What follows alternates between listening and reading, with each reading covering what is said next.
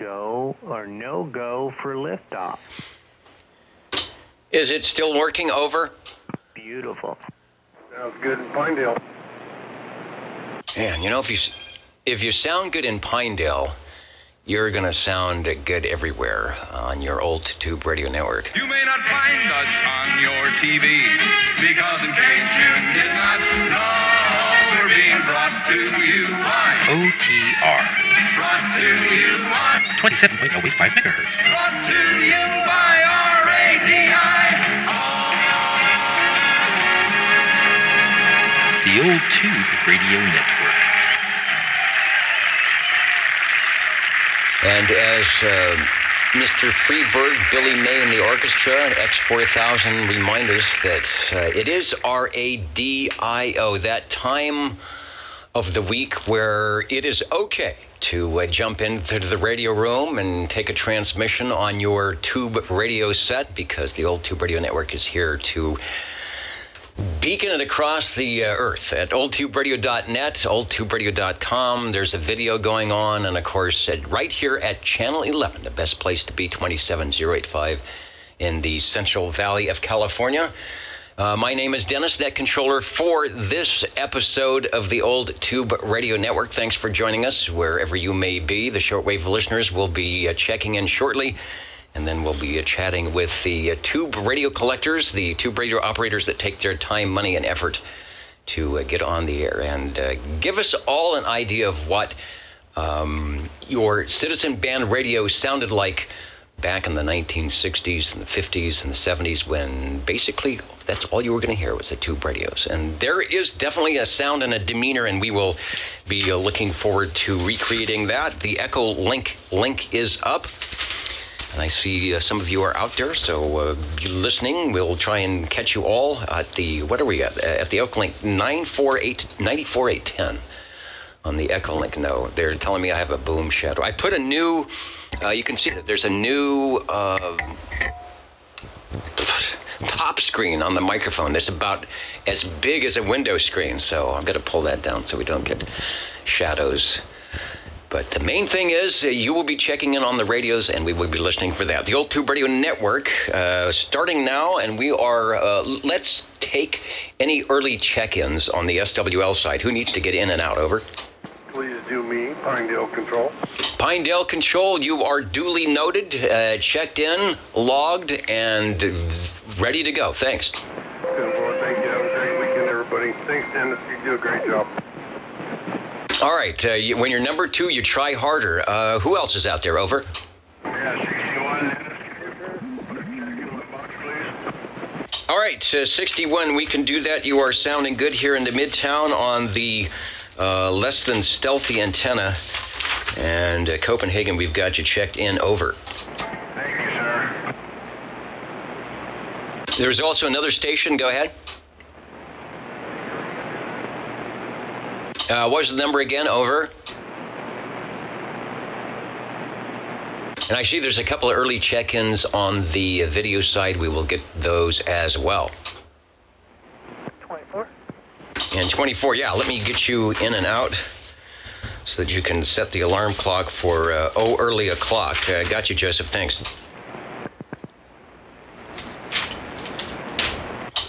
All right, we'll continue on. Fighting off, Kyle, a little bit of a cold here at Net Control. So if I'm sniffling and sneezing, that is the reason.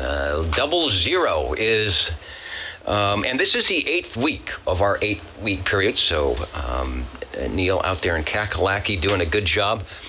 We will get you checked in next week. In theory, we will be choosing a new 00. See who else gets picked out of the hat. So thanks for being there. 147. Also, boy, a lot of people on the chat side. So I will see if I can catch you all. Of course, we have SWL number one, the guy that got this thing started ever so long ago in the Cosmic Check-In. SWL number two, Mr. OBP. I think I'll be putting in a proxy check-in for Kevin tonight. He may be by a little bit later. Also a check-in for SWL3. Rob, saw him last night at the Clovis Amateur Radio Pioneers meeting out of the Clovis Veterans Center. Rob is the president of the Clovis Club, and there was a great meeting with Travis, who is he's an airplane pilot, but he runs Aeronautical Mobile on amateur radio. And I've talked to him before on 40 meters, and he was showing the inside of the plane and the radios that they use, the antennas that they use, and the frequencies that they are allowed to use, and when they are allowed to use them. A great meeting last night, and some very informational items of interest. Let's go to SWL 5.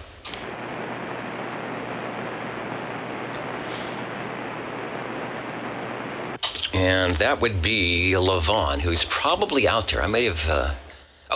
OBP says he's here. Sorry about that. Somehow I overlooked SWL2, so I've got you checked in. Kevin, if you'd like to... Kevin is very knowledgeable when it comes to tube radios. If you'd like to ask him a question, he's out over on the video chat, and he will give you a signal report. He'll give you a meter, 9 pounds in good modulation. Let's go to SWL7. SWL7 checking in. All right, sounding good. How is the noise level over there tonight? It's not real good. Now, I'm looking at mine. Let me unkey. I think I've got the low noise level tonight. Yeah, we're like S1 or S2, so I don't know how long that will last, but I'm going to enjoy it. Yeah, I don't know how long my S2 noise level will last, but I'm going to enjoy it. There you go. Well, you're close, so I can get check in anyway. Yeah, like as I hear you and Dennis when I'm on the clip lead dummy load. All right, 7 is in, SWL2 is in. Hello, Mr. Rainmaker. I see you in there as well. We'll get 5 if I didn't do the official 5 check-in. We will do that now. Over to SWL10. I do believe Chrissy and Dwayne are listening in tonight over on the video side. Also, perhaps have the Browning or the Robin tuned in at 27085 in case we get some of the short E-skip. The bands were A-OK today. I made some 10-meter contacts on the AM mode because it was some type of AM rally going on. I think it's going on tomorrow too, so be listening into that. SWL 11, Mr. Cornbread is on frequency as well. As is SWL 12, Mr. Dapper Dan, 11 and 12, checking in. I am ready to go. The pocket protector's here. They say there is a pen sponsor tonight. The tie is semi-straight. The shirt is pressed. No starch, please. And things are ready to go. Let's go to SWL 13. Shortwave listener 14. Let's see, nothing heard from Sanger tonight. He might be on his way. Maybe we'll hear Sean in the mobile radio coming up.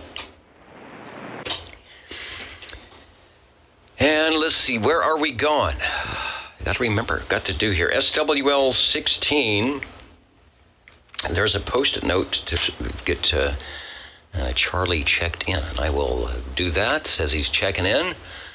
Looking forward to the program tonight, as am I. Not sure what kind of radios we're going to get tonight, but that's part of the fun of the Old Tube Radio Network. You never know. I never know what's going to happen. I'm always pleased when the radios work. Thanks for joining us tonight, Charlie, as always, up here in the front to direct traffic and keep net control on the up and up. Let's go to SWL 17. Good evening, Dennis and Ned, SWL 17. 10 meters is hopping.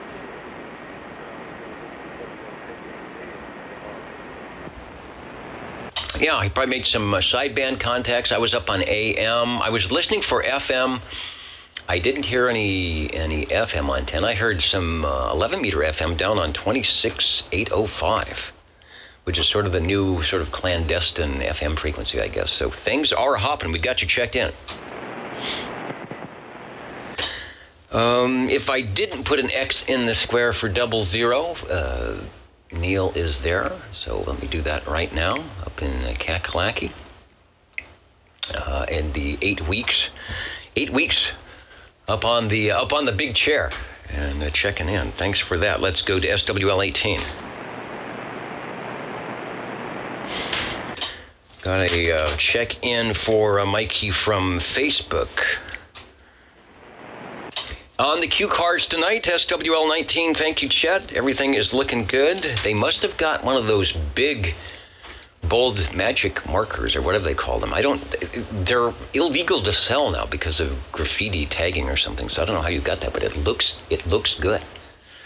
I can see what I'm supposed to say. Whether I actually pay attention and say it or not, I don't know, but at least it is there. Let's go to SWL 20.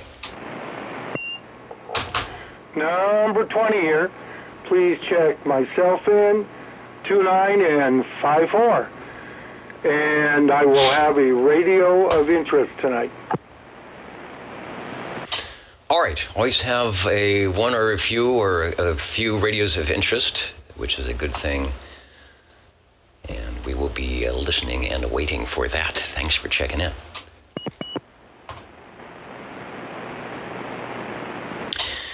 Let's see, who's next? 21, the guy that runs the Old Radio Night. And I know many of you join us here, staying up late to join us here at Old Tube Radio. Tonight, I was seeing double when I checked into ORN. It was the attack of the Cobra 2000s. A nice looking radio. Let me see if I've got some video of that. Yeah, here's the control room. Let me get it in there. The control room with the dual Cobra 2000s. Let me see if we've got audio. What was going on tonight with I woke ORN? up this morning and had a big old gigantic screw in the middle of my front of my tire on my truck. Oh no! And the screw head was as big as a nickel. I'm not kidding you. And I had to jack the truck up. Of course, it was in a mud puddle. I hate when that happens. Lay down on the ground and get the jack under there. But I got it and fixed it and put it back on there. But I left my air compressor on. It's outside in the radio room. Be now right back. There's a real trooper, and he's still. I didn't make it back yet. Still out on Old Radio Night, and JT, we had some good conditions at about 5 o'clock. About that 21. Our time. Yeah, I didn't make it back yet. Here I So am. I jumped in on channel 12, but I wasn't hearing you guys. But I know I should have been because of the great radios and things. The Old Radio Night, Mr. JT and the crew, the gang up there, doing a good job. So 21, you're checked in.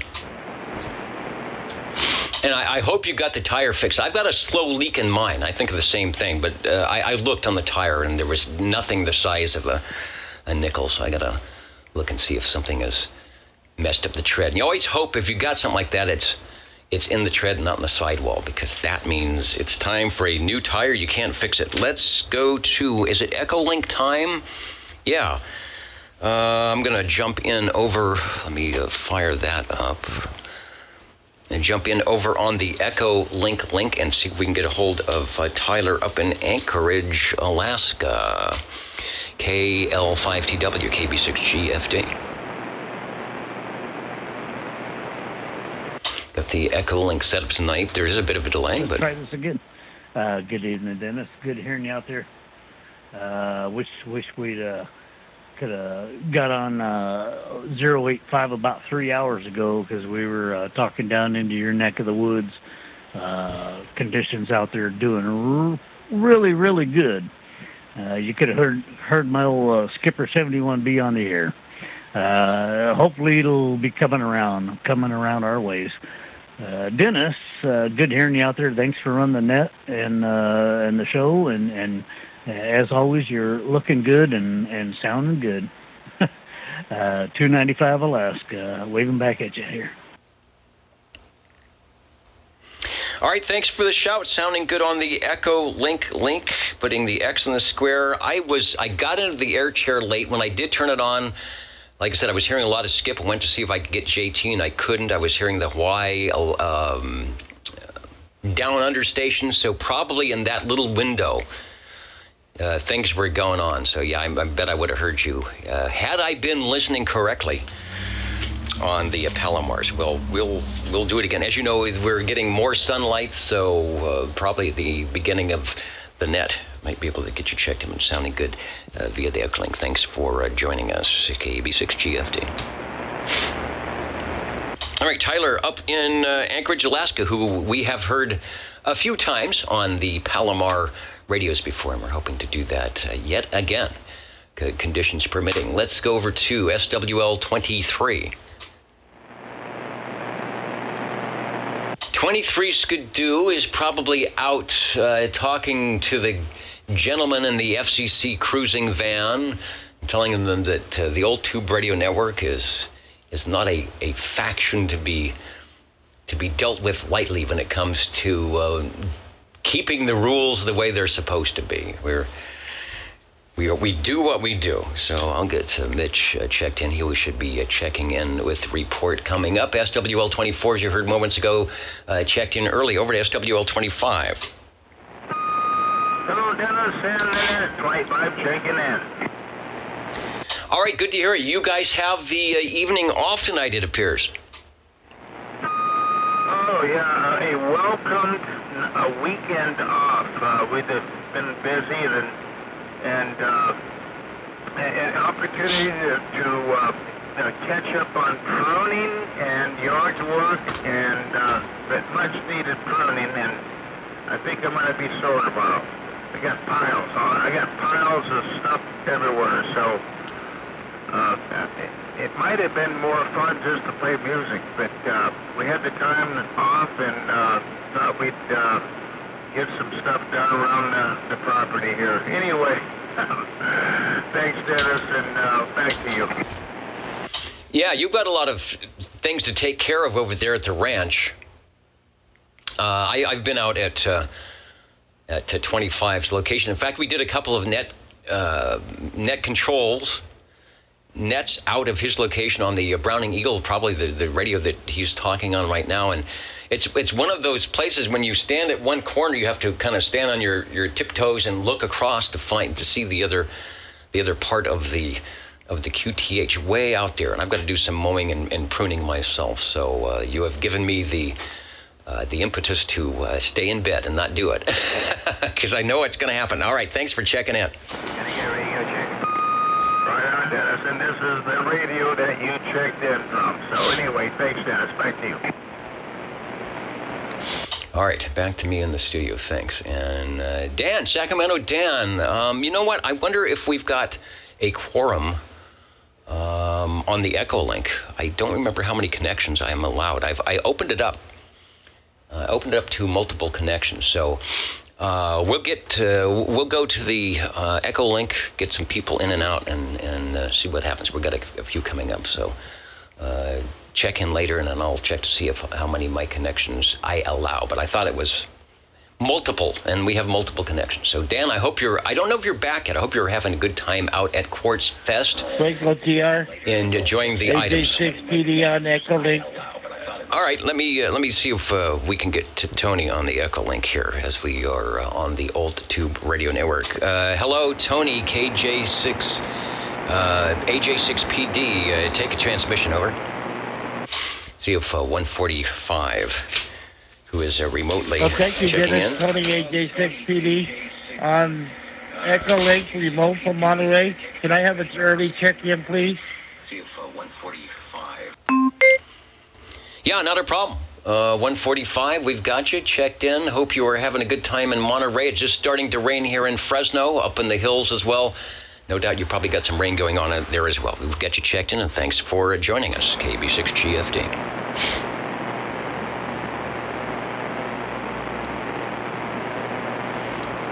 And that's Tony, normally at Course Gold, checking in remotely from Monterey on the Echolink link. Directed net roll call is where we are at. So finishing up page 1, I do believe. So let's try page 2, SWL 27. And over to SWL 28. And that should be Gary, who is probably Right there. Hello, everyone. 128 checking in, sitting by the fire, glass of Ovaltine. That's the first good thing. And cookies. That's the next good thing. The dance floor in the green room needs to be waxed. Guess who does that? I've got one of those big handled polishers. We give free rides on the front of that thing. It's a beast, but polishes up the floors really, really nice, and then you can dance to your heart's content. Thanks, Jerry, for joining us. As I sniffle and sneeze my way through the Old Tube Radio Network there. Let me try one more while I have it here.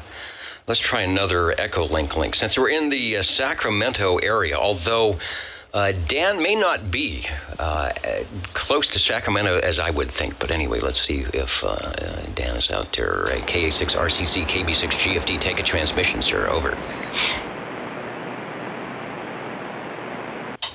The Old Tube Radio Network. Dennis, how do you copy me via Echolink? You're sounding good, sir. I don't know if you are remotely remoted or whatever, but I hear you, and it sounds like you're having a good time out at the Quartz Fest. Over. Oh, we had a great time at Quartz Fest this year, our second year going to it. I think it's been going for 15 years. 10 years for us coming out to Quartzsite this time of year. And so we are now at what's known as the Dome Rock mountain camping area. It's a Bureau of Land Management free camping area, so you just find a place to park and you set up your rig and you hang out for up to 2 weeks. The BLM has a person that'll give you a little permit for free. They just want to know who's out here. But yeah, we'll be here for a little while longer, and we're enjoying ourselves out here. Weather got a little bit better, so we're having a good time. And I looked at the clock and I said, hey, I might be able to still get on your net. So I'm really enjoying it. Thank you. All right, thanks for joining us. Sounds like a good time, an annual event to look forward to, and the weather's been kind of nice. Starting to rain here, might be raining out where you are, but it's doing good. Thanks for joining us. We'll look for more photos and more play-by-play when you get back into the big air chair. Thanks for joining us on the Old Tube Radio Network, KB6GFD.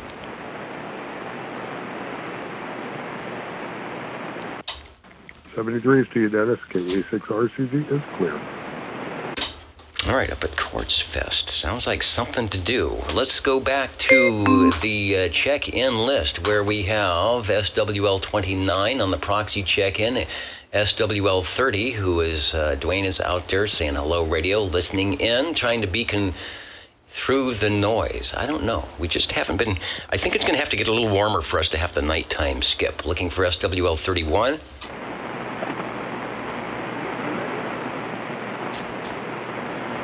SWL32. Shortwave listener 33. That's myself, Bozo Control, and everyone here at the Old Tube Radio Network. SWL 34, Jimmy and Captain Chaos in the building, getting down, getting up. Hello, Jimmy. Thanks for joining us. The Master of Disaster.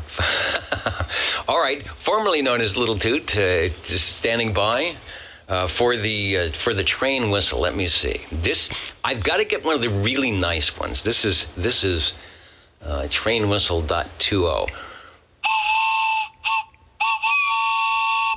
All right, there you go. It always just throws the limiters into chaos, if you will. But good to have you out there. Don't forget to check out the Old Tube CB Radio Network and a myriad of other Facebook pages where you will find interesting photos, facts, items of interest on your 11-meter radio activities. And I'm looking, I saw the window back there. The rain is happening, the wind is blowing, but you know, it's not quite Chicago and Central California yet. Thanks for joining us, Jimmy. SWL 35, Mr. Bill, checking in from Cheyenne, Wyoming, just moments ago. Not sure what the weather is like in Cheyenne, but I also expect to hear Mr. Bill from Red Monkey Communications beaconing this way when we get some good conditions. Thanks for joining us. As always, Bill and the group at Red Monkey Communications responsible for a lot of the radios you hear tonight, whether they were from the shop or peaked and tweaked at the shop, whatever. That's always a good thing. Let's go to SWL 36.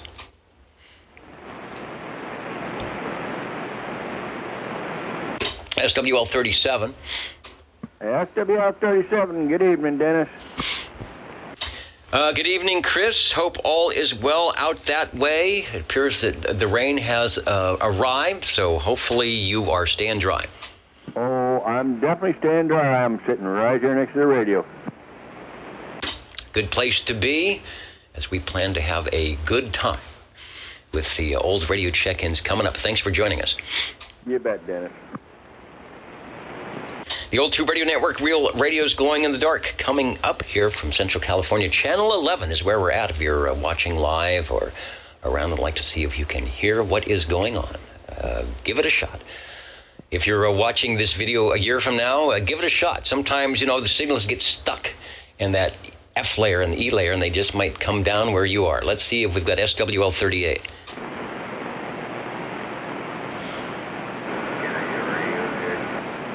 Yeah, the station for radio check, as we say, when the Old Tube Radio Network is on the airwaves, you are 9 pounds. Good modulation at Chestnut and Herndon. Over.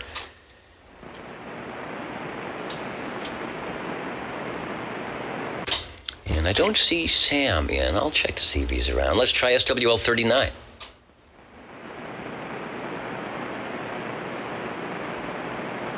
SWL 40.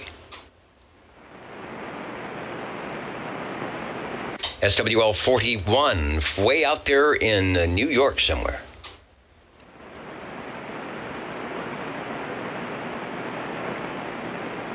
SWL 42. Yeah, that's Proxy 42 in the gang. Easy to do, and we will put the proxy item of interest. Thanks. And Mr. 507 checking in. I see there. Road Dog, we'll put the official X in the square on the 41. If I click that, yeah, officially checked in. I've got a proxy, check-in for SWL 43, Crazy Eddie. Or Crazy Eddie, one of those Eddies. SWL 44. I heard 360 super loud. He must have been on the vertical antenna a couple weeks back. I was not on the Friday night net. I had meetings to go to and everything else. I'm not sure. We'll find out from Ron how the Friday night net went. Up the hill we go to Paul and Kelly, SWL 45.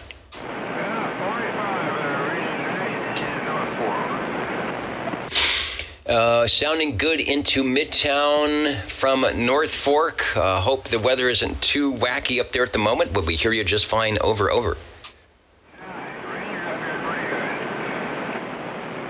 right, good to hear. I think this storm will be necessary, but hopefully not wacky and wild like the other ones. Thanks for listening. Let's get a check-in for Mr. Cobra, SWL 13. Mike, you are in early tonight, so hope all is well. Good to see you on the big board.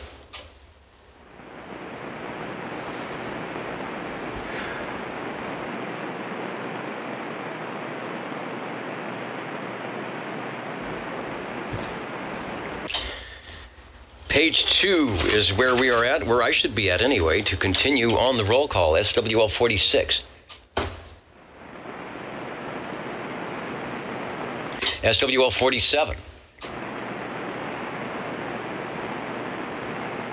SWL 48.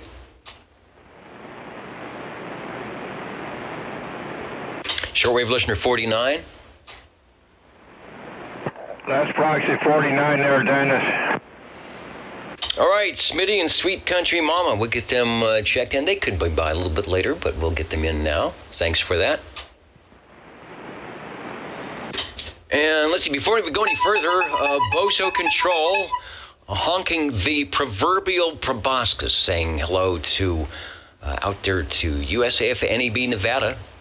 648. Captain Robert, thanks for joining us tonight. Always good to see you on the big board. And still hanging in there. That's what we like to hear. We're all kind of still hanging in there. And we do it the best we can. So it's always good to see you on a Saturday night. Part of the Old Tube Radio Network for a long, long time. Thanks for joining us. Let's go over to SWL 50. Good evening, 50 here. Checking in. Checking in and sounding good doing it. Thanks, Mark. Over to, where are we going? SWL 51, the big town of Sanger.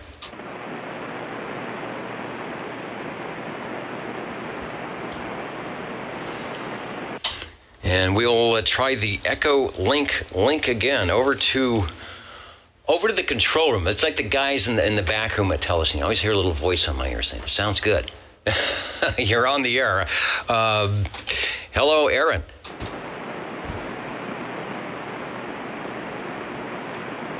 Well, good evening, Dennis, and everyone out there in OTR land from behind the golden microphone, SWL 52, and I will go back to the talk back and not be out on the air. All right, not that you shouldn't be out on the air, but it's sounding good to beaconing around through the Echo link, through your microphone, through the computer, into the audio board, back out of the audio board, into my computer, over the air, and back onto the internet. Ain't the 21st century wonderful? Thanks for checking in. KB6GFD. It's amazing. K6USY. Yeah, truly amazing. Let's go to SWL 53. Hello, Bob. Yeah, good evening there, Dennis. Doing a great job there, brother. 53 checking in. I want to say howdy to Jay Bird if he's on the Bluetooth. You guys have a 73s, and I'm back quiet. All right, and as they say on 11 Meter Radio, Jay Bird is waving a hand somewhere as you sound mighty nice here tonight. Thanks for joining us.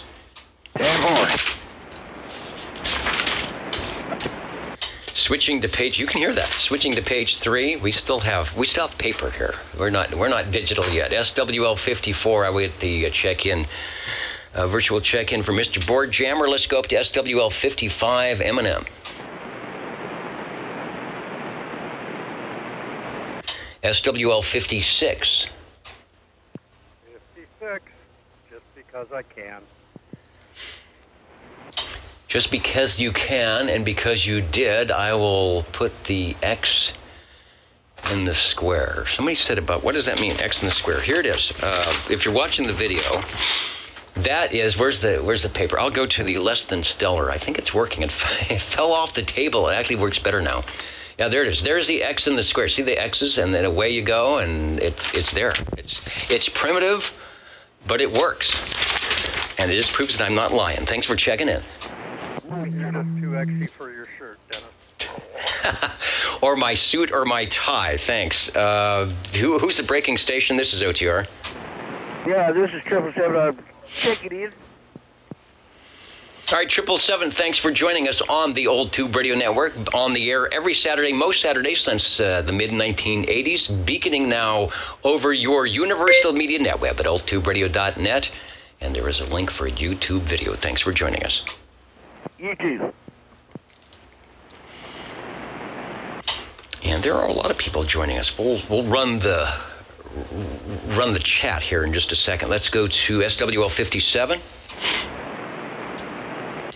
That's Central Kentucky, Mr. Brown Dog Audio, who's checking in, saying hello to everyone at OTR, including all the felines here. Insane Kitty, Insane Pink Kitty, got a nice little bowl of crunchy food, and I think she is preoccupied, because were the insane little kitty to be in here, you would see me probably in and out of the air chair, trying to fix the various cables and things that would be torn asunder. Let's go to SWL 58. I will get a proxy in for 58, and then maybe we'll get an update when we get over to Raw and see what's happening on that side of things. Let's go to SWL 59.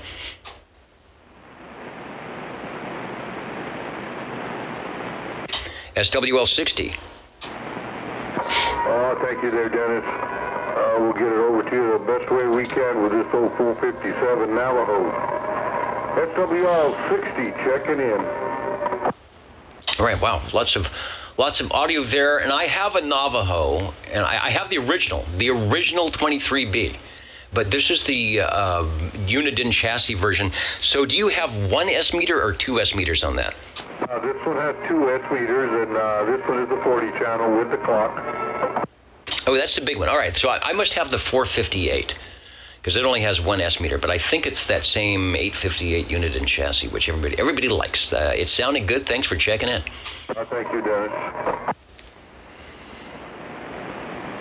All right, 60 is in, 61 in earlier moments ago. Let me go to the .net and say hello, radio, to those joining us up in the balcony. Sahuarita, Arizona. I am not familiar with that particular location. And I'm seeing if we can get the weather report or something. What's going on in Sahuarita? And I'm probably saying that wrong. 55 degrees. It's clear. Out there at the Rancho. Beaconing over to the Titan Missile Museum. Looking pretty good. Thanks for joining us on the Old Tube Radio Network tonight. Stations from Fresno, California, of course, Dallas, Georgia, getting to you. Wilmington, Ohio, hello, radio. Fairfax, Virginia. Hey, it's showing up right this time. Florence, Kentucky. Van Man and the group there, Inez, Florence, Fresno station. Woodland Park, Colorado, as always, with the big beams beaconing to the Central Valley of California. And a host of others on the Old Tube Radio Network. Waiting, as am I, for those tubelicious radios that will be showing up here soon. Let's go to SWL 62.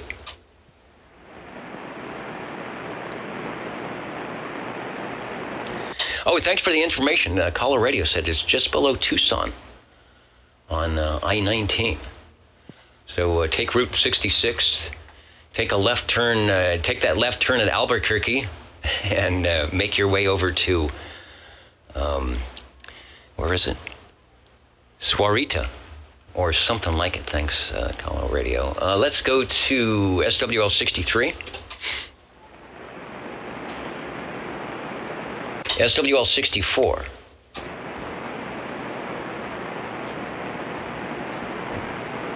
I'm looking for Craig tonight. He may have checked in early. Oh, no, he's right there. Checking in on time. I will go and look at the early check-ins that I may have missed to make sure everybody gets in a radio, in Old Tube Radio land. All right, sounding good from Nine Land. Let's see, it was 4, what were the stations? It was 4s and 5s I was hearing on 10 meter AM today. No 9 calls. Let's go to SWS 65. Because it helps if I unkey the radio. SWL 65. I'm using the slide bar on the J38 key, and sometimes it doesn't slide just the right way. SWL 66. Sometimes it slides late. SWL 67 got a proxy check in for Bill. Also an early check in for Michael. SWL 68 out there in New York. Thanks for joining us. And was Kenny on tonight?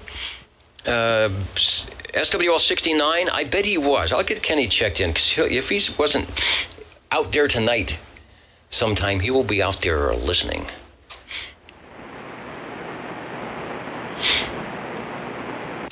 Yeah, it is, Cornbread, it is like a Charlie Alpha Tango 2. It's the same situation.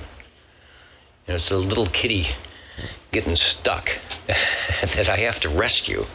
So it's funny how those things work about every 20 years. Let's go to SWL 70.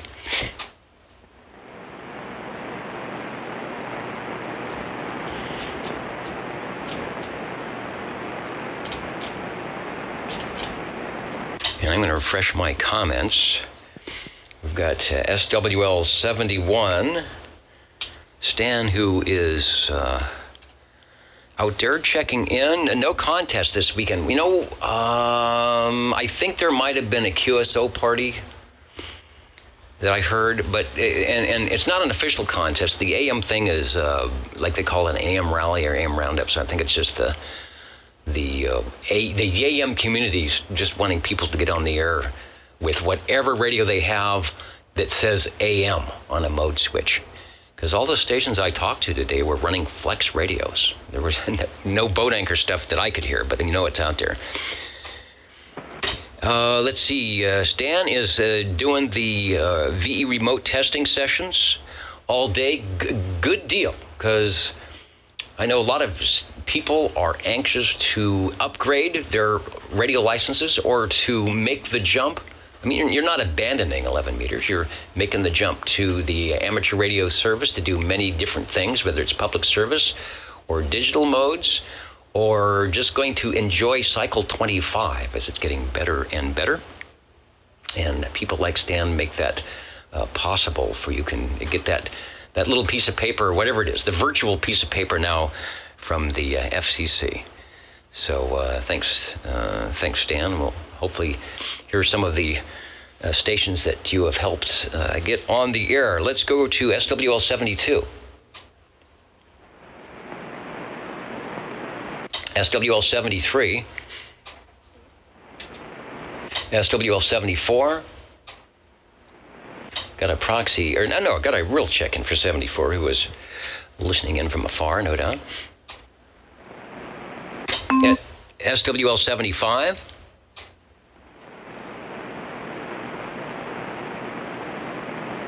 SWL 77.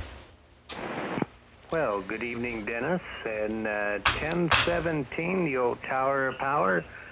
77 checking in, and 73s to all the listeners. Of which there are many, depending on where you might be at any one time, whether it's Channel 11 in the Central Valley, it's Channel 11 somewhere in Oregon, Washington, Hawaii, if it's on oldtuberadio.net, oldtuberadio.com, the video side, who knows. Speaking of beaconing in from afar, SWL 78, from Wild Wildemar, Richard was in on the video side earlier. There's this station that I should be catching on 40 meters in the morning. I'm just not on at the right time on the right frequency, but Richard puts in a good signal here from Southern California over to SWL 79. And SWL 80.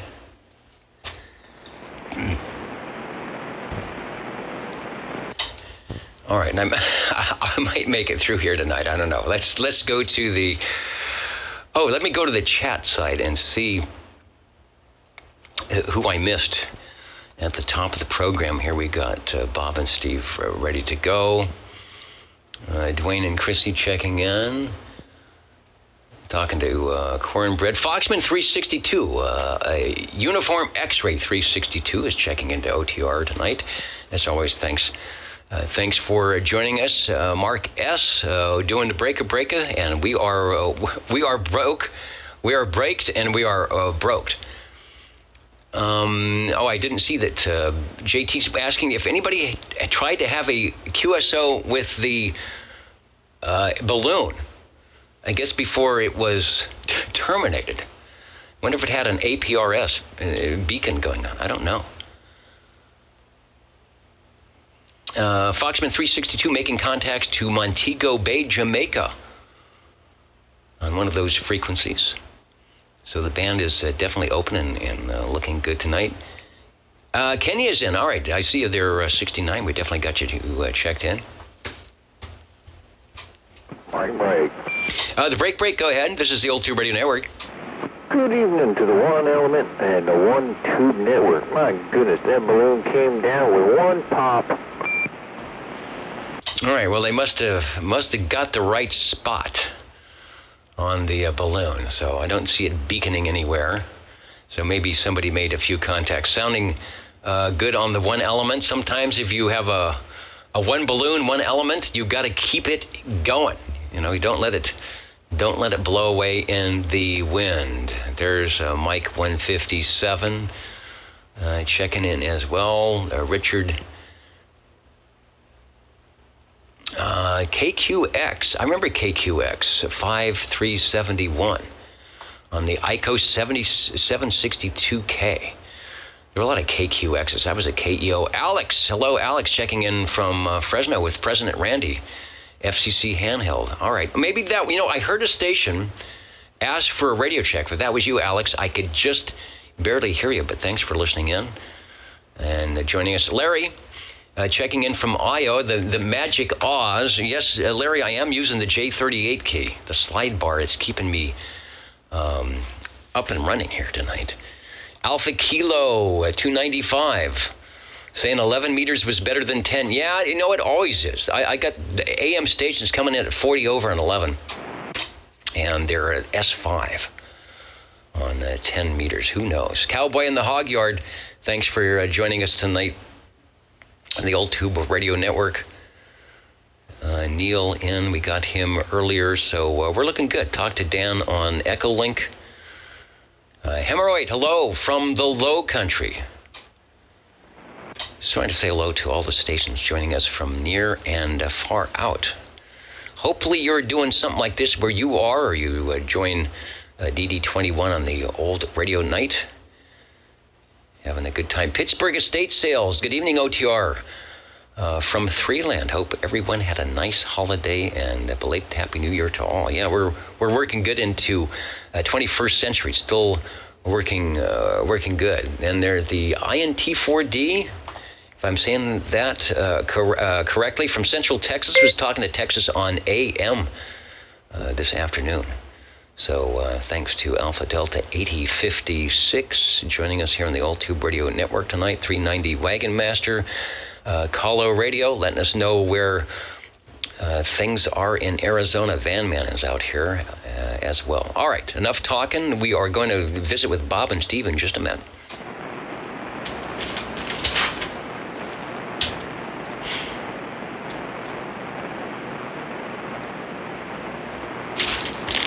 Gotta have some water after that.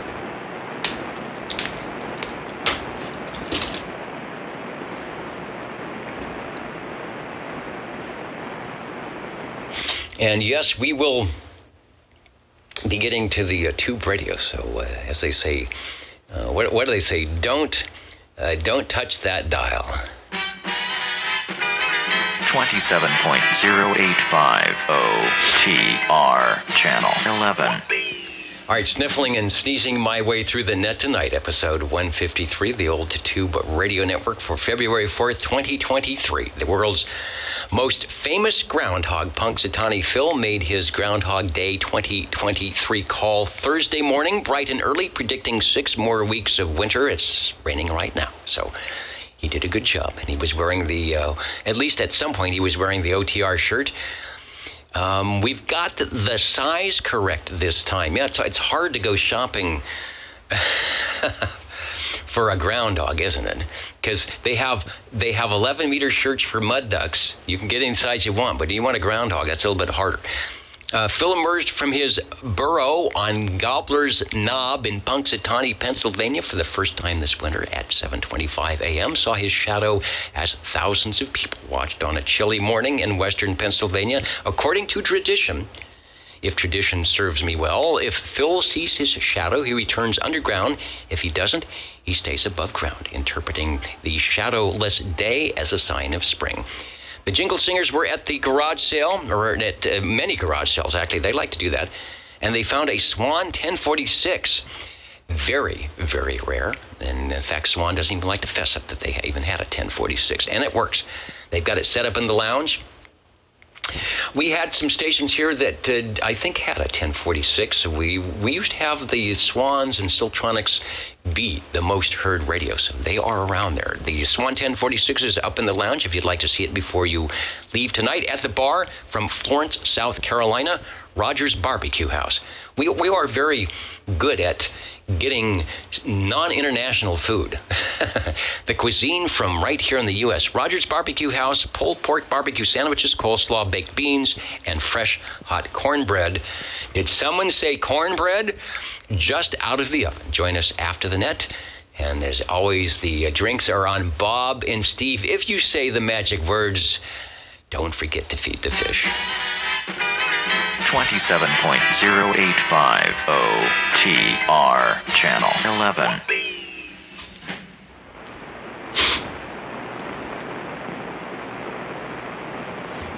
All right, back in the air chair, 27085 Channel 11. We've got to check in for SWL 81 and calling out to SWL 82. Good evening. 82 checking in from the Ditch Banks, Biola. And I haven't looked outside to see if it's raining here, but I hope it is. Yeah, it was just kind of drizzling a bit earlier. I was out at the Clovis Amateur Radio Pioneers Club meeting talking to Travis, who's an aeronautical mobile guy who I've talked to in his airplane above the United States on 40 meters. And he did a great PowerPoint about what happens in those big commercial airliners that allows amateur radio operators to, when they're on automatic pilot, get out and make a few contacts. So hopefully all was well on the net last night. Yeah, it was. Everything went well on the net. Great check-ins, and your story sounds more interesting. That sounds pretty cool. I've talked to somebody in a plane before like that, so man, I think I would have went to that instead of doing my net. But yeah, very interesting. And yeah, you were right. AM today on the 10 meter and FM. So that was pretty cool. All right, sounding good. And just a reminder that the station you just heard, Ron runs the old tube, He runs the Ditch Banks. He might run the old tube Ditch Bank net as well. The Ditch Banks sideband net, it's on Friday evenings, 8 o'clock Pacific Standard Time here in the Central Valley of California. But he's got a good receiver, good ears, a good transmitter. You just might hear you wherever you might be. That's on Channel 36. So tune into that, won't you? All right, thanks for checking us in. All right, Dennis, have a good net. And yeah, we'll have to fire something up here and check in old tube radio here. Thanks for doing the net. Indeed. All right, we've got a few more Echolink calls to get in, which we will do that. We're on the direct and network call page 4, and the tube radios will be coming up shortly. Looking for SWL 83. SWL 84. Getting in. I don't know if I heard Jerry this week on the Swan or not. Well, we'll get Jerry and the ladies proxied in. 84, 86, 87, and 88. Cheerios Kid, the Mountain Maid, Snowy Owl, and the Tandy Girl. Maybe not necessarily in that particular order this time. Looking for SWL 89. And I got a note that Darren was on one of the Facebook things, so I'll get Darren checked in. Got to check in for SWL 90. And if I look on my screen, perhaps 91, perhaps Felix is on tonight, and there it is. With the, I don't know where you find all those little icon things. What is that? It's a balloon. He's got the balloon up there as well. I don't know what that other is. I see Bozo Control on there, but the balloon, I think that gave everybody a little bit of hilarity this week. I think, maybe not. All right, thanks, Felix, for checking in. We've got you. SWL 92. SWL 93.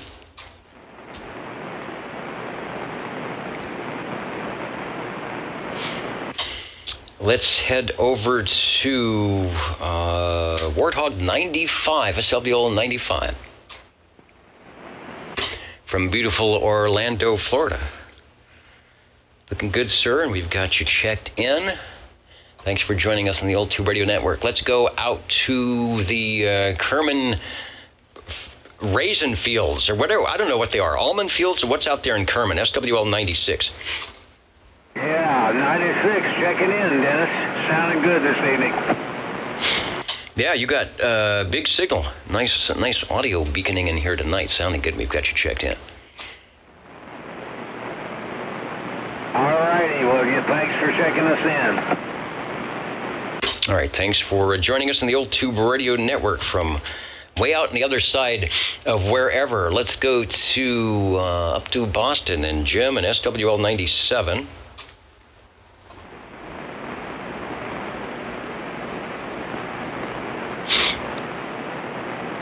All right, you had scrolled off my screen. It's right there. 97 on the item of interest. SWL 98, thank you, Jim. SWL 98, Tracy, who, was it Wednesday night? Because it wasn't Friday, because I wasn't on. He sounded really loud. Tracy was like the loudest I heard, so I'll get Tracy checked in. SWL 99, that is Radio Randy in Arizona. Talked to him on 40 meters earlier, where he's working on, he's got some voodoo audio gear going on. He's working on the non-radio and various other radios, and they all sounded good. Let's go over, let's make a few Echolink. Let's do a few Echolink contacts here. First, we will go with the scheduled SWL 100. And Tony should be out there. KD4BAO, KB6G, FD, over.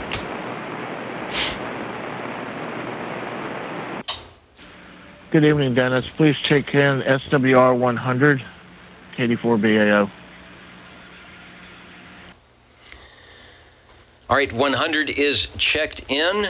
You are sounding good as always on the Echolink. And like I said, hope to hear you on the other airwaves. And we are getting all our gear together for Tubes on the Air. Thanks for joining us.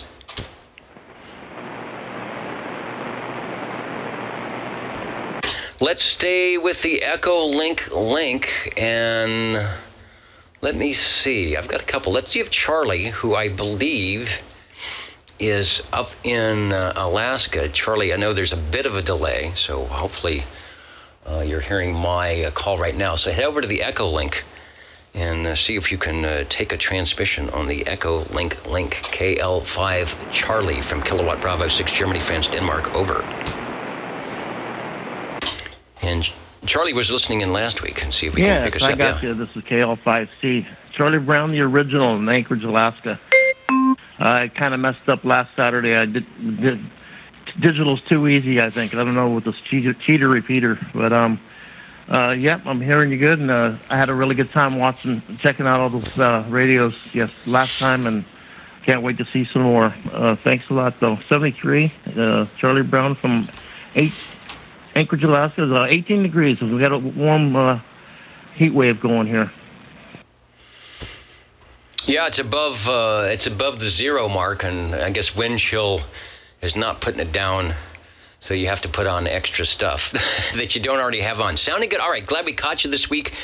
The Old Tube Radio Network, and it is possible to make it down this way on various frequencies and modes of operation. So we will look for you somewhere at some time. Thanks for joining us. KB6GFD. And we'll do one more. Let me try one more here while we're on the Echolink link. Tube radios coming up. And I wanted to give Keith a call, because we actually chatted not too long ago, beginning of last month, when he caught me on 40 meters. So I thought that was pretty cool. So KW4SR KB6GFD, over. See if we can get Keith on the Echolink link here. I think I see him on the queue. Sometimes there's a bit of a delay, but it's always fun to catch our stations that we don't normally hear on 11 meters somewhere else.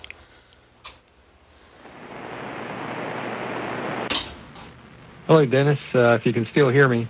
I pushed the wrong button there. It was good to talk with you on 40 meters last week, and yeah, good to hear you tonight on Echo Link as well.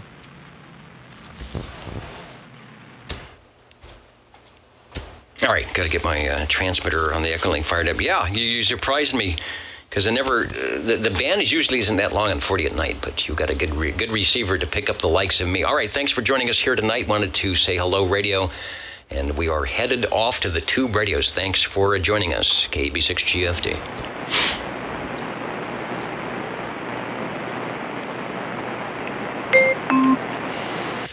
All right, back to the real radio. We're at SWL 102. Hello, John. And he is right there. He's waiting in the wings. You know how you're like, wait a minute, is it my turn? Yes. 102 checking in from 1469 miles away. Now that's pretty accurate. He must have one of those really long strings and stretched it tight between where he is and where I is. He says, hope you and the SWLs are doing well. I know we are, and keeping your tubes dry. We are trying that as well, or to do that as well. Thanks, John, for checking in. Let's go to SWL 103.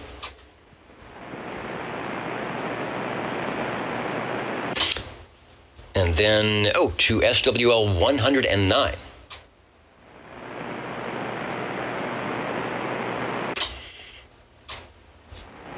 Got a note. We'll get a proxy check in for Mr. Crawdad. I wasn't out last night to see if he beaconed into the Ditchbank sideband net. Ron has to flip switches so it doesn't break his meter when Crawdad checks in on the sideband side. Let's go to SWL 110.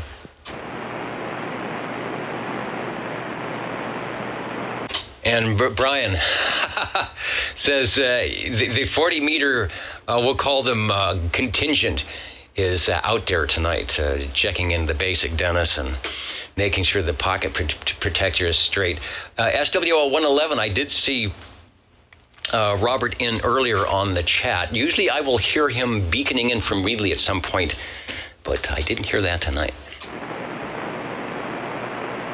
Over to SWL 113. Shortwave listener 114. 114 checking in. All right, Wayne, sounding good as always. We've got you checked in. Over. Thank you for the check-in, Dennis. Over to Fairfax, Virginia, who I know is listening because John is one of those official SWLs from the early days of Popular Electronics, when there was actually something to listen to. You know, lots of DX stations and broadcast stations. Not like today. It's not like it was. But he's got the number. Let's see. John is checking in. The Bouvet Island, Bouvet, I guess that's Bouvet Island DX group, is finally at the island waiting on better weather conditions to start setup. I've seen some of those videos when they say what they have to do to not only get to these remote places, but then once they get there, what they have to do to not be either blistered by the sun or bowled over by the wind or whatever. So hope they have some good conditions.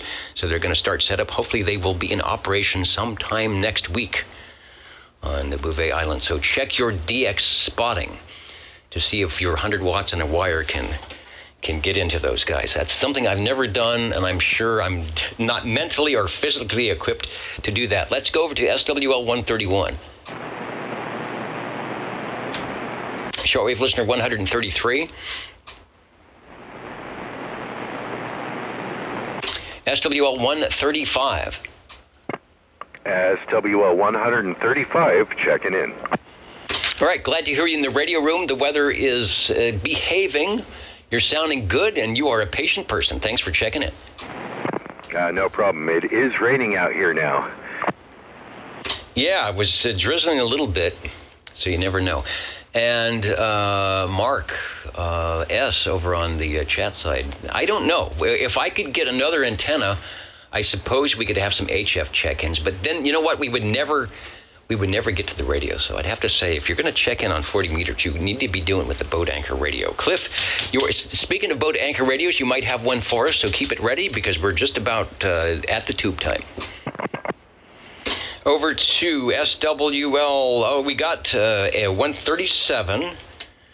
Phantom is checked in, proxied in. You heard Tony checking in on the Echo link earlier, sounding good from his clandestine location.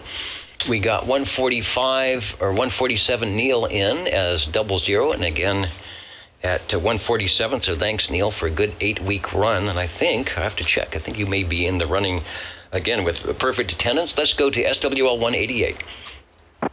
Good evening time, Dennis. Good evening time to all SWLs. 188 checking in. All right, sounding good. Hope all is going well with the antenna projects, and DX seems to be in a good shape. Yes, sir. I had a little of a pause. I haven't had a chance to work on the upcoming thing, but we'll be getting back on it here shortly. All right. Well, what you've got is working fine, but it's always, the grass is always greener. Thanks for checking in. And hello to Jungle Joe C. Videogate joining the Old Tube Radio Network tonight. I guess this is our best Videogate that we can do. not like the real ones, but we try. Anyway, we feature the radios and the radio operators coming up shortly. Up the hill we go, SWL 195. Hello, Jim. Good evening there, Dennis. We definitely got the rain hitting the tin roof outside, so we're checking in. All right, sending the rain down this way, and hopefully it's not too much wind to go with it. I can see some of the flora and fauna blowing around the back here, but it's not too bad. Thanks for joining us. Over to Mr. Shockwave 226. Hello, Jeff, if you're there. And anybody else that I might have missed or would like to jump in before we talk to the radios. This is Robert Butcher checking in. Hey, I can hear you. What radio are you on? Over. On the 980, Bearcat 980 SSB. All right, the Bearcat 980 is beaconing in to the Old Tube Radio Network. And if you'd like to give yourself a radio check, check out the Old Tube Radio Network video or the audio stream, and you'll be able to see how you heard, and you'll see what your S-meter reading is. Thanks for joining us. And speaking about joining us, I've got to go behind the curtain, change a bunch of stuff. We'll get the tube radio started up, and it will be that time that we like the most on the Old Tube Radio Network. Time to talk to the tube radios. Back in a moment.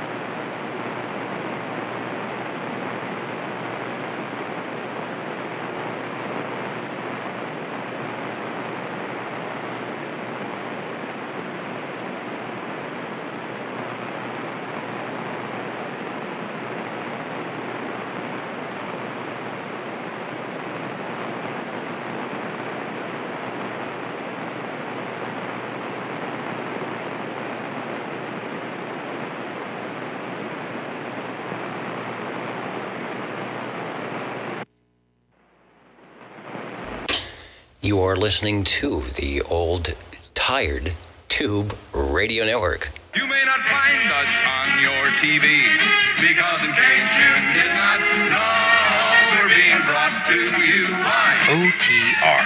Brought to you by 27.085 megahertz. Brought to you by RADI. The old Tube Radio Network.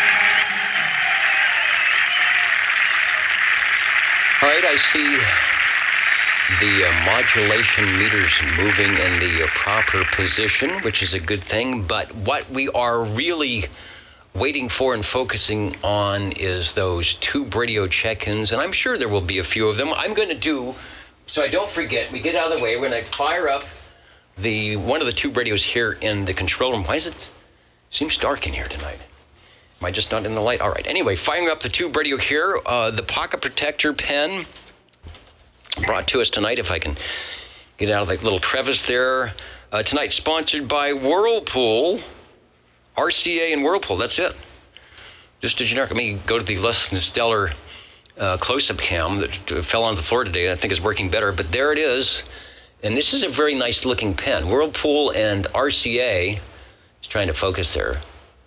Whirlpool and RCA did a good job on this. Nice, heavy chrome. Is this a pen or a mechanical pencil? I can't tell. It looks like it might be a mechanical pencil. So that means it would pull apart. Ah, yes, it does. Haha. It pulls apart. There's a little eraser head there. Pretty cool stuff. Into the pocket protector it goes, and the old Tube Radio Network will say, "We are listening for your check-ins." Over. 135, 135. All right, I hear you. I'm trying to get the pen and the pocket protectors seem to want to go here, so I don't force it. 135, hello, Cliff. I've entered you into the radio list at approximately 9:11 or so Pacific Standard Time. Take a transmission, sir. 20. 20, you are number 2. We'll see you in the green room. Okay, my turn. And Cliff, go ahead. Over. Okay. Can you hear that? I can't hear anything else. Our friend and your friend, who's normally flying over in my neighborhood, is now in your neighborhood. Over. And there he goes, straight over. I'm not exaggerating. Right straight overhead. Oh, man. Sorry, I could not hear myself think. Okay. This is SWL 135 here. I hope Chris is listening. Chris, if you're out there, this radio comes from the General Radio Telephone Company in beautiful downtown Burbank, California. This is the Super MC-11A. Back to you. From General Radio Telephone, beautiful downtown Burbank by way of west or northwest or North Fresno, wherever it is, I don't know. Fresno's so big, who knows what area we are in. And a treat. Let me pull up the picture. And the treat we are getting tonight, not only are we hearing the General Radio Telephone, but the picture that we always use, because this is like the calendar picture of radios.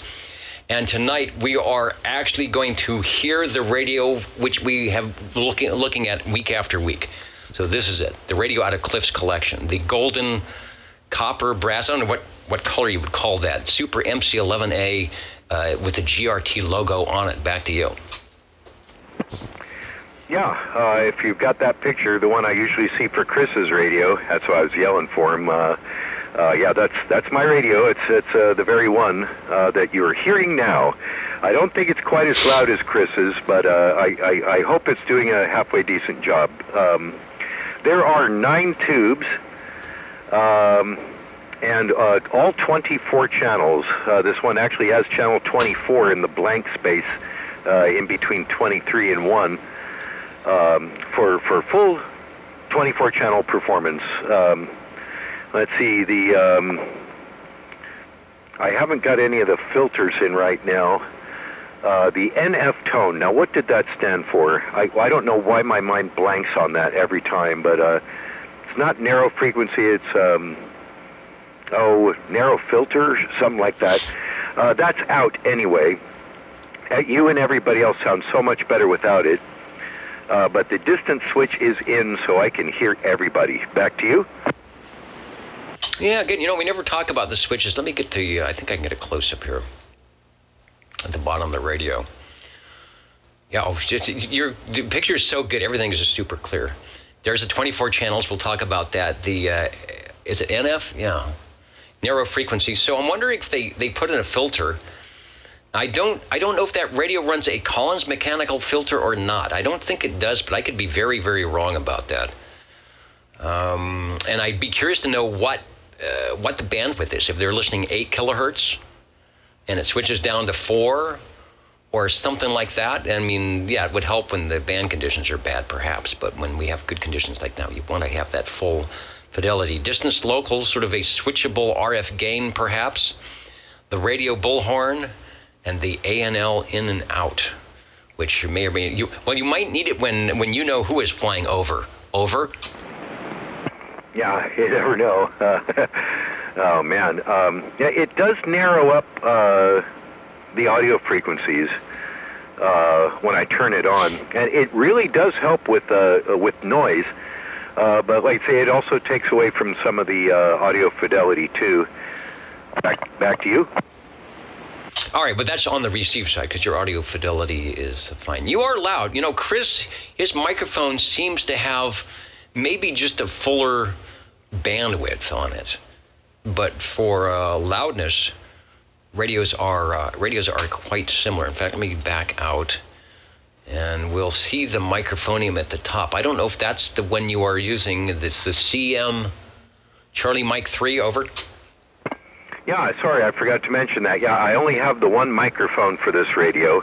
I've never needed another one. That it seems to work really well and is plenty loud.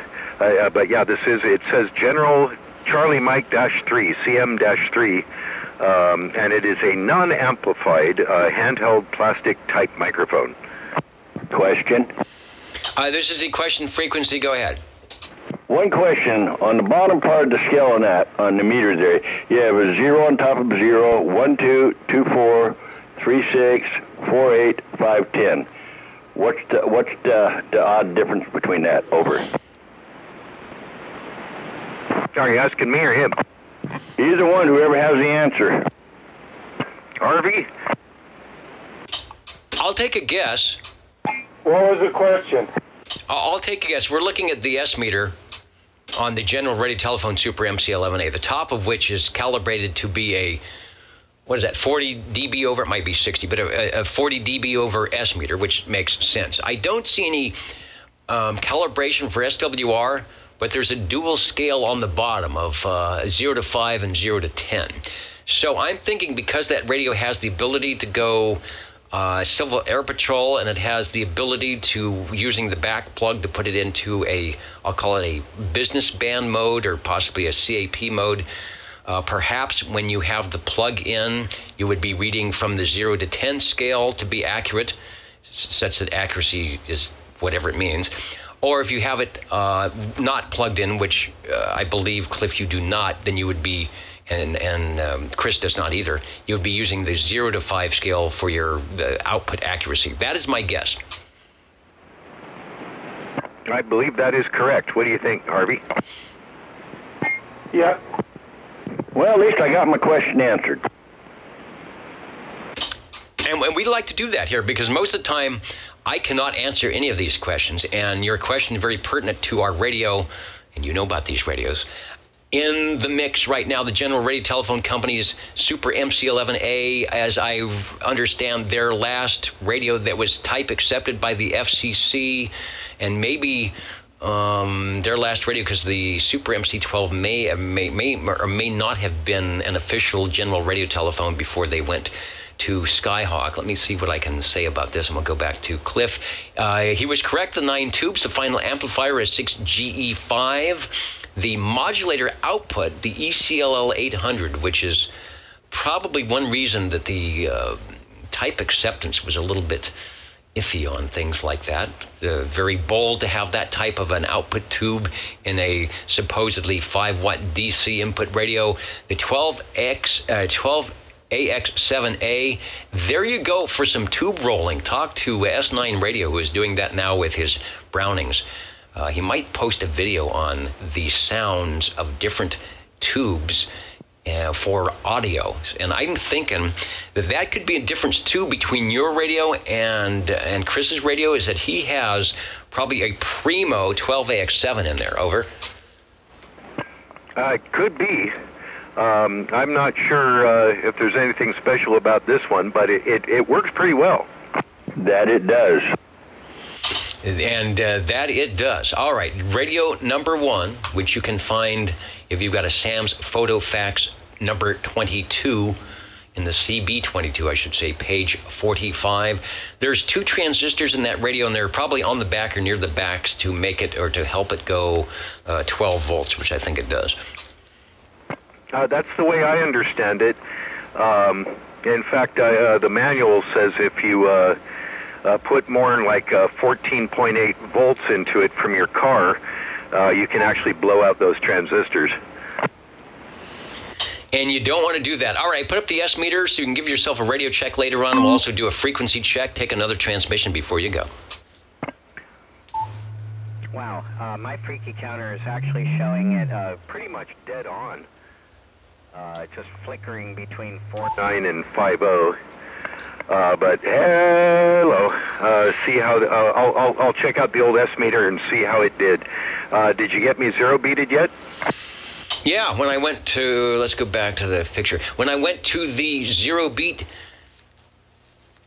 portion, you were right there. I maybe went 20 cycles to the low side to get rid of the very sub-audible or sub-tone I had. So very close, maybe 20 cycles low, which is negligible. So it is right there. Yeah, very cool. Because that's what my freaky counter is showing. But you never know. Got a lot of cold wind blowing on it, so that sometimes that makes them scoop up or scoop down, depending on the circuitry. But hey, thanks for I haven't checked it in a while. I was hoping, Chris, that you'd be out there. So this is my General Radio Telephone Super MC11A, and we'll see you next time. 37 standing by. All right, 37, into the green room you go for Radio 3. Our radio we just heard was number 1 on the list. Number 2 from Harvey is jumping into the air chair now. And I wanted to make a comment to, where did I put the pin here? Because I thought it was quite interesting from, where is it? Has it scrolled off my screen already? It was John made a comment about my pen. Oh yeah, 1955. Let me go to the camera here. So Chris, you are radio number 3. Harvey, stand by to transmit the RCA Whirlpool logo. And I was wondering how that could be, but according to John, in 1955, RCA merged its range and air conditioner division with Whirlpool. And I have done some searches because I've got sort of this older house with electric range, and I do remember seeing RCA ranges pre-1955. So RCA merged its range and air conditioner division with Whirlpool. Whirlpool dropped the RCA name in 1966. So that gives us a nice date. Another thing on these pens, I know they are old, and you can tell just from the quality. So 1965, 66, or before, for what is a classic collectible in the pocket protector RCA Whirlpool pen. And John says he happens to have an RCA Whirlpool window AC that still works. Yeah, because it was made 60 years ago. Don't buy the Whirlpool one. Well, I shouldn't say that. Perhaps, how do I say this? Perhaps if you were to buy the Whirlpool window air conditioner today, it might not still be functioning 60 years later. Let me say it like that. All right, over to Harvey. Hello, radio. 17 on the side. Yeah, I'm not used to the short ping. I'm checking in tonight on a Browning Golden Eagle Mark II AM only transmitter, AM SSB receiver. This was sent to me for repair, and I hope it's okay. Yeah, it sounds really good. The Golden Eagle Mark II AM. I think the typical Mark II would be only an AM transmitter, and you'd have to have some extra things to make it sideband. You'd have to have other units, right? Roger. You'd have to have the trans adapter and the SSB only transmitter. Anyway, I'm also listening to the stream in my ear on my phone, well, my pad actually over here, and a little unnerving, but I heard the ping. Okay. Anyway, this is from the collection of number 21, JT back there in South Carolina, and I tried to make the short ping sound like the Carolina wren, which is the state bird of South Carolina, and I think I'm close. Yeah, I have one of those goofy wall clocks that has all the birds.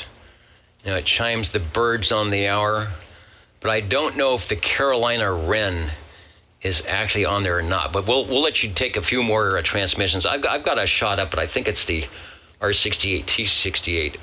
But there is a radio above it, which may be the Mark II. I just want to give people an idea of what it might look like. And so give the ping a couple of times. Over.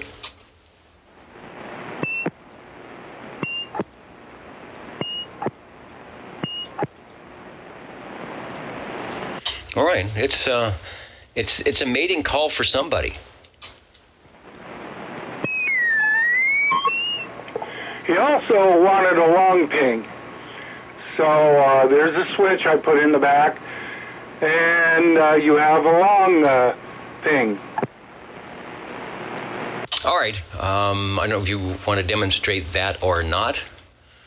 I just want to give, I think it's Michael Randolph, give him some credit. The radios that we are showing in the Browning mode as we listen to the Mark II. Do you have it paired up? Do you have both items, or do you just have the transmitter? Transmitter and receiver. He sent them both. The transmitter arrived just fine. The receiver arrived in the box, which was waterlogged and in a big giant plastic bag. They put that on my porch, and since I have a camera in the front, I saw that while I was on the way home from work, and I slightly exceeded the speed limit to get home, because if it was in a plastic bag, it meant wet, and I didn't have time to get a hold of the guy through the speaker part to find out what happened. But after looking at the box, it didn't happen around here. It'd been like a couple of days of soaking. But JT packed it super duper well, and the receiver was not wet at all. But I did have to throw away the box, so he gets another box. Anyway, he wanted an extended ping on here, so I did that. But I will have to include a little warning that if his ping extends too long, he'll need to seek the advice of a radio technician for that problem.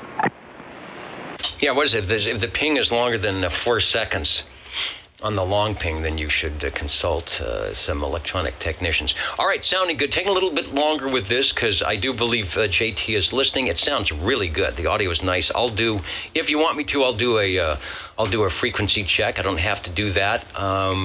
So can you do the difference between the pings again? That's the short ping. I'll do it again. And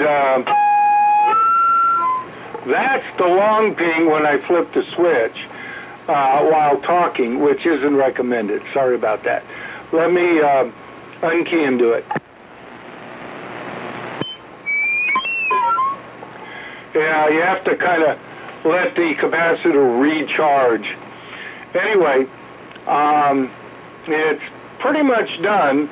I'm going to go through a few other things just to check it out. But, oh, by the way, my modulator is on because I wanted to make sure he could hear me through the stream.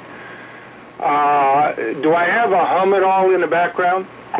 No, it's super clear. The audio is super clear. I've got the S meter up so I can kind of see the difference. So you'll probably be about an S8, but you got good modulation over.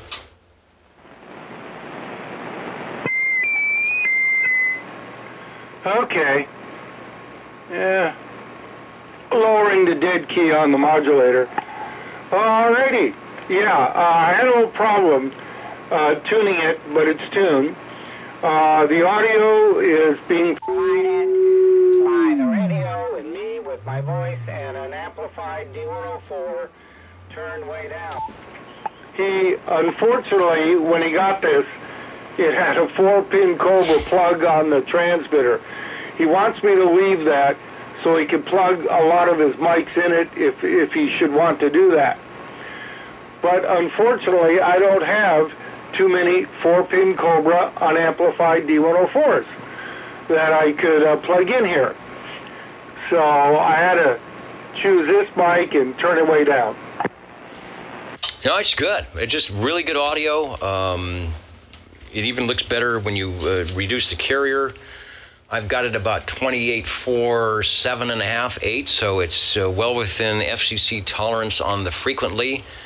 And it is good to go. You know, if you, I will say this: if you didn't tell me that it wasn't the Bagel or the Beagle, I could tell by the ping though. Ping's a little bit different. The long ping though, he's gonna be a maniac with that long ping on ORN. Let me tell you. Well, let me see my frequency here. 084.8. Yeah, that's what I got. All right. All the channels, every single one in the transmitter is either right on or a hair low or hair high. I got real lucky. I only had to replace about 5 crystals. One of them was dead. And then I was able to get it so it would align up. Better than I'm able to do most radios based on the crystal, so that's good. Okay. Chris has fallen asleep, so wake him up and let him check in. Thank you.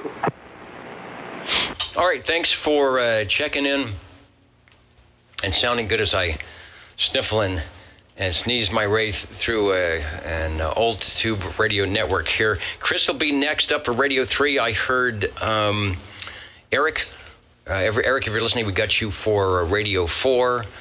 And one question before you go, Harvey, if you recall, do you know the values, and this might be something general for somebody's going to replace their pingulators. Do you remember if it's not secret information, do you remember the values on the caps? There are some guesses between 100 and possibly a 40, over.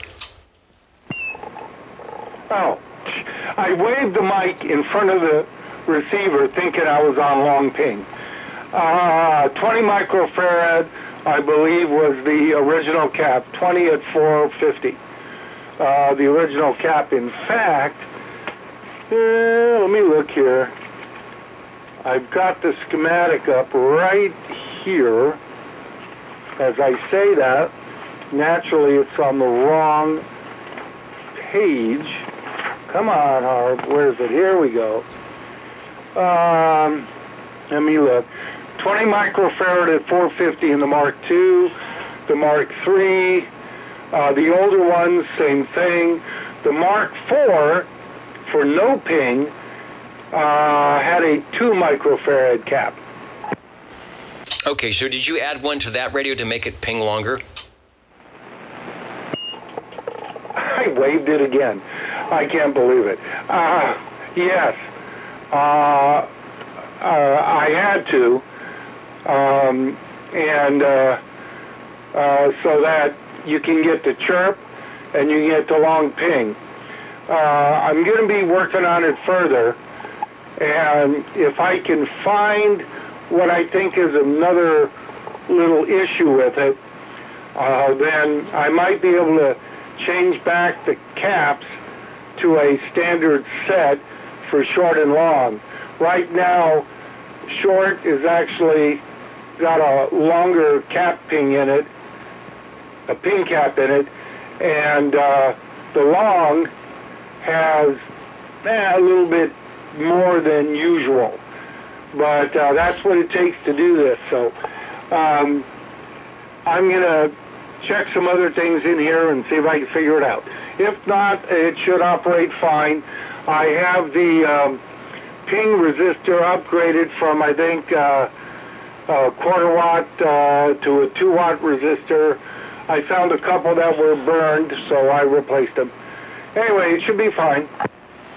No, it sounds good. It's getting thumbs up all around for the sound and the duration, so you might have accidentally, on purpose, stumbled into the right thing. Radio number 2, take a little bit of extra time because we're hoping that we will hear that radio yet again in the future as it checks in from old radio night back into the old tube radio. So that will be mark this transmission, and then we'll see how it works in future episodes. Radio number 2, the Browning Golden Eagle Mark II AM style radio, sounding really good, nice fidelity. Oh, and what was the microphone that you found that worked? What microphone are you using again? Over.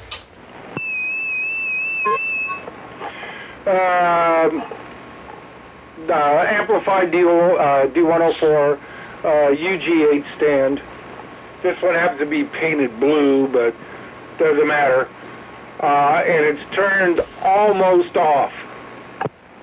Okay, I was just about to ask, because normally an amplified on those radios will be bouncing off the walls, but I don't hear that, but you have it turned way down. So if you're using a non-amplified microphonium, should have plenty of stuff, and I'm sure that JT has a closet full of microphoniums. Now, whether they will all plug into that radio, I don't know, but he'll be able to find something.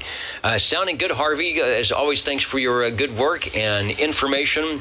You have us all glued to our respective monitoring devices to find out what we need to do when we get that to Browning Radio on the table. Thanks for stopping by. Yeah, listen to the playback. You'll be pleased at how that sounds. Okay. By the way, there might be, and I'm not sure, a problem with the modulation transformer in the transmitter. When you turn the microphone up more than a third, you hear yourself buzzing with your voice in the modulation transformer in the transmitter. The gain in the radio, modulation gain, is only at 1/2. If I turned it up any more, I'd be just shredding, so we don't want to do that. Standard tubes in the transmitter, I did not upgrade any of the tubes to a little bit stronger ones. I did have to change some that were weak, but it's basically stock except for, the ping, etc. Okay, turn it back to you. Thank you. All right, very good. The Mark II, thanks to, who's our picture there? Michael Randolph for letting us show his great collection of I guess it's the R68, TC68 Mark II, but wanted to give a nice look to the nice sound that we are hearing from the Golden Eagle Mark II. Thanks, Harvey. By the way, the Mark II is the R69, T69. Let's see, 68, 69, and of course the Mark III would be the 70 if somebody wanted to go that far, but nobody would fess up to that. All right, let me continue on. Chris is ready to go. Are the jingle singers ready? They haven't done anything, and they're like, we're here. Okay, Chris, step up to the air chair, and we'll be with you after this from the Old Tube Radio Network Jingle Singers. How do you do? Ladies and gentlemen, greetings to you, wherever you are. The friendliest station for you by far is known to all as OTR, the Old Tube Radio Network. the station for you is OTR. The station for you, and maybe even you, the Old Tube Radio Network.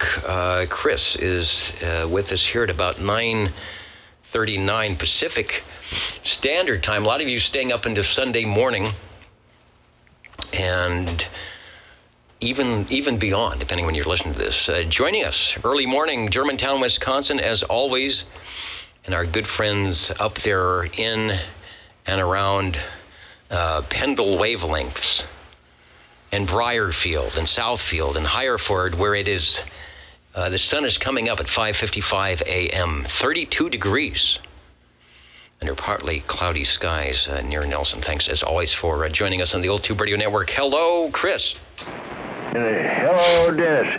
And I don't know if you watched the news today, but what was it, in Mount Washington or something like that, somewhere over on the eastways? The temperature was 109 degrees below zero. Oh, I heard some people talking about that on 10 meters, about 109. I heard them saying 109. I thought they were talking about a radio, and they said it was the temperature. I'm not sure where that location was. I'm thinking if it's something like that, it's up in Maine. I don't know. But that is not a good thing, over. Oh, yeah, and one of the weather guys up on top of this, it's one of the coldest places here in the United States, the coldest, I guess, apparently, with the wind. The guy was standing up, and it blew him back about 40 feet before he could catch himself. Wow, all right. Well, you always have to have a live shot doing something ridiculous. All right, you are up and running. I know what radio you have because there aren't many radios that actually sound like that into my receiver. So take a transmission. I will put back up. We originally, as you heard, had the radio that matches the picture. We'll put up the picture, but your radio, and I still say you have probably a Super Primo 12AX7 in there somewhere, over. And I'll answer a question. Somebody asked about the 24 channels. And we'll answer that question as well. But over to you. Yeah, good old Civil Air Patrol. This is amazing right here. Dennis, I am talking and I am swinging. Hell, I'm doing 22 over. I'm keying up about 7, swinging up to about 22. Yeah, and again, there's a radio that is tuned correctly. And you can say, well, I want to see 10 watts. I want to see 12 watts and I key the microphone. Well, you can do that with that radio, but you will not hear that audio. And as Harvey demonstrated, he backed off the carrier, as we saw on the S-meter, and I thought it sounded better. And to your ear, you couldn't notice any difference. The band, the band is nice and quiet. So sometimes what we call rag chew audio might be the thing to have. And if you need to boost it, there are other ways to do it besides ruining your audio out of the radio and then boosting it, right?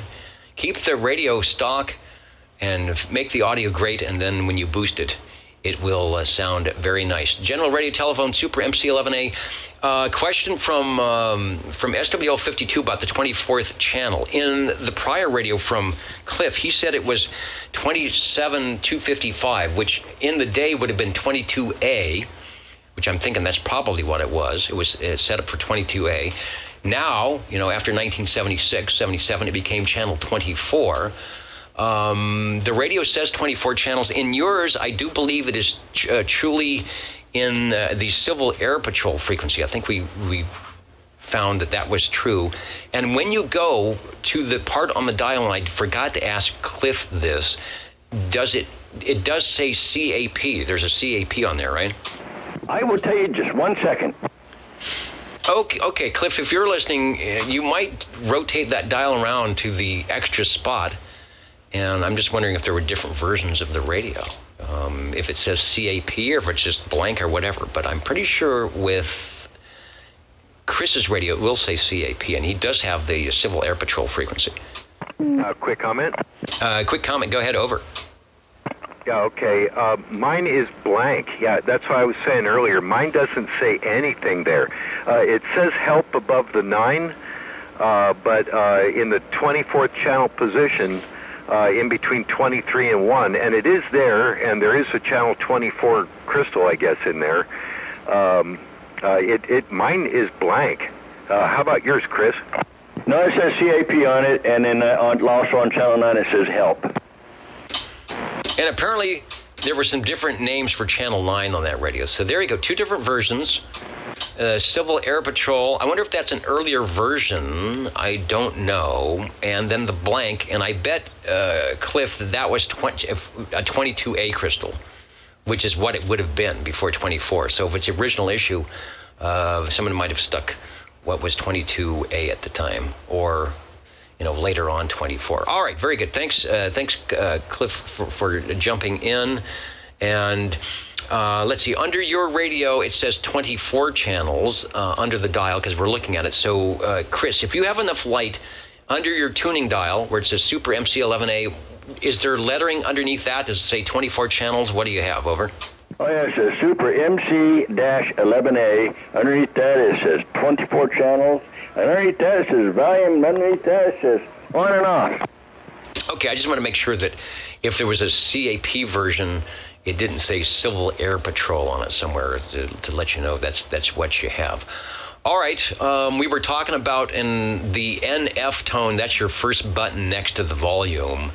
There's an in and an out. And I'm thinking you probably have it out? Actually, yes. Well, yeah, it's out. But actually, it says right there, NF tone, a noise filter. Noise filter, all right. And that's what I take it as, is a noise filter for when I flip it on and off, it changes. I'll show you. I don't think it changed anything on that there, but let me see. All right, I'll talk a little bit. If it's a narrow filter, which it might be, it will make my voice sound a little bit more like I'm talking on the telephone when you put it in the in position, and I should have my less than mellifluous tones when you have it in the out position. Over. And what did you call that? Not a noise filter. What did you say it was? A tone filter? Answer. Narrow frequency. And the answer, we are about to have the answer on your old tube radio network. Heard most Saturdays right here on Channel 11 in the Central Valley of California. Go ahead, Harvey. Listen, Noiro, I heard you. Okay. It says noise filter dash tone. And on the early radios, it says tone. Well, I know when I flip it on, he drops really down like if someone's on telephone. Okay. And as far as the Civil Air Patrol in the blank spot, one of my 11As is blank. Another one has Civil Air Patrol. Also, if you look at the dials, if you're fortunate to have a couple of these, look at the dials.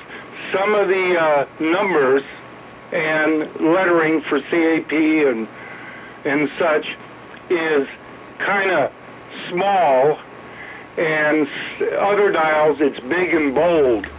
So they did have many different dials. And mine's the big and bold. And Harvey, I have one question to ask you. Why? All right, over on the right-hand side of the radio, toward the bottom back over there, there is a hole there. Is that for some type of an adjustment? Whoa. On the back bottom? No, on the side, toward the back side, going toward the rear. It's about an inch and a half, 2 inches from the back. But it's right here on the right-hand side, right there. It's the bigger hole, right down there. It's a hole. I guess you stick a screwdriver in there, do something? I don't know what that is. Break? He knows. Go ahead, Break. Yeah, I've got that hole there too, but I'm looking at it with the flashlight and it's blocked. You can't get anything in there. I can't tell if that's the chassis or a piece of white plastic, but I know exactly what you're talking about, Chris. I got that hole down there too. It's about an inch forward and an inch up from the back foot, right? Yeah, roughly you're right. About it looks like I would say an inch and a half, 2 inches on the back, and like an inch maybe up to the center. Right, yeah. And mine, I'm looking and I see something white blocking it. So mine's blocked off, whatever it is. I can't see anything in there to adjust. I just turned mine up and looked there too, and it's like a big plate of metal sticking there in front of it. Yeah, that's probably what it is. But yeah, Harvey, was that supposed to be for an adjustment or what?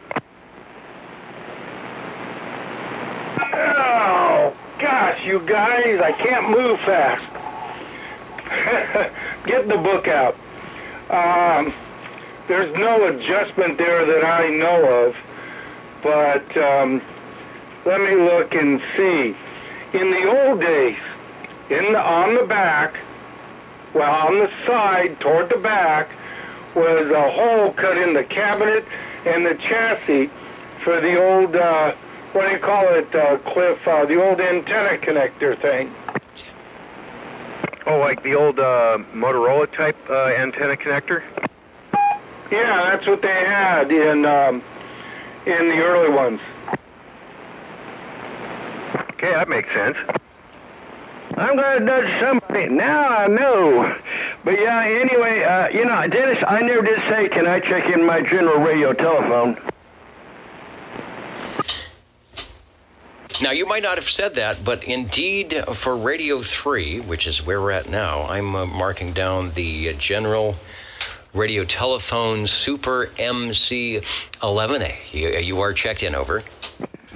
Okay, now I got one question to ask Cliff or Harvey, either one. Now I'm looking at my SWR watt meter. It's a diamond one. It's one of the good ones here. I've got it on PEP. Let me see what it says on the other. Let me see. Well, it shows I'm doing, but I like it better on the PEP. It shows I'm doing 7, keying up to about 23. Okay, you want to know what mine does? Yeah, go ahead. Okay, I got a totally different meter. I'm on a Wawasi meter, and hell, it's dead keys at 5, and I can get about 12, and that's about it. Well, I've got mine on a PEP. I'll turn the PEP off. I'll get the average. Well, I guess I'm keying up. It looks to be about a 7. Yeah, 7, 8 right in there. And it goes up to about 12.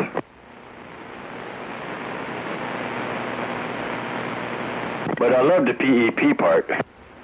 Well, right, it's all relative. It's like getting an S meter on the receive side, and your PEP would be looking at your sideband power, and I think that's why when back in the day, they said you had 5-watt radios and your PEP was it 12 watts? Was it 16 watts? It was sort of 4 times 3 or 4 times 4, which would be your 100% modulation PEP style thing. So it's all good. They sound great, and the general radio telephone is still working, Chris, and we've got it as Radio 3, over. And I do thank you, Dennis, Harvey, and Cliff, you guys out there. Actually, Harvey needs to check in a general. He might do that. I think somebody mentioned that hole in the radio might be for a straw. So perhaps there's some type of drink dispenser in there. But it's an older radio, so I wouldn't do this straw thing. I will try not, and I'm gonna ask for another number also I want to do a different radio. All right. Well, when you're ready, come on back, because speaking of numbers, wow, that was a good conversation. What you just heard was very indicative of the early days of the old Tube Radio Network, where this was a forum not to just show off the radios, but to have knowledgeable operators, or I have one of these too, and here's what I do. And so that's why I was really pleased to not have to talk at all, because it was doing what we're supposed to do on the old Tube Radio Network, is people comparing radios and finding out what things do and learning. Learning about their tube radios, very cool. Speaking about learning of tube radios, Eric, are you still listening? Over. We are here listening. All right, speaking of old radios, take a transmission on one that I think you might have. Over. Well, for your listening pleasure this evening, we have a Seaberry Model T with the Turner test mic, not amplified. It has the Seaberry logo in the microphone portion.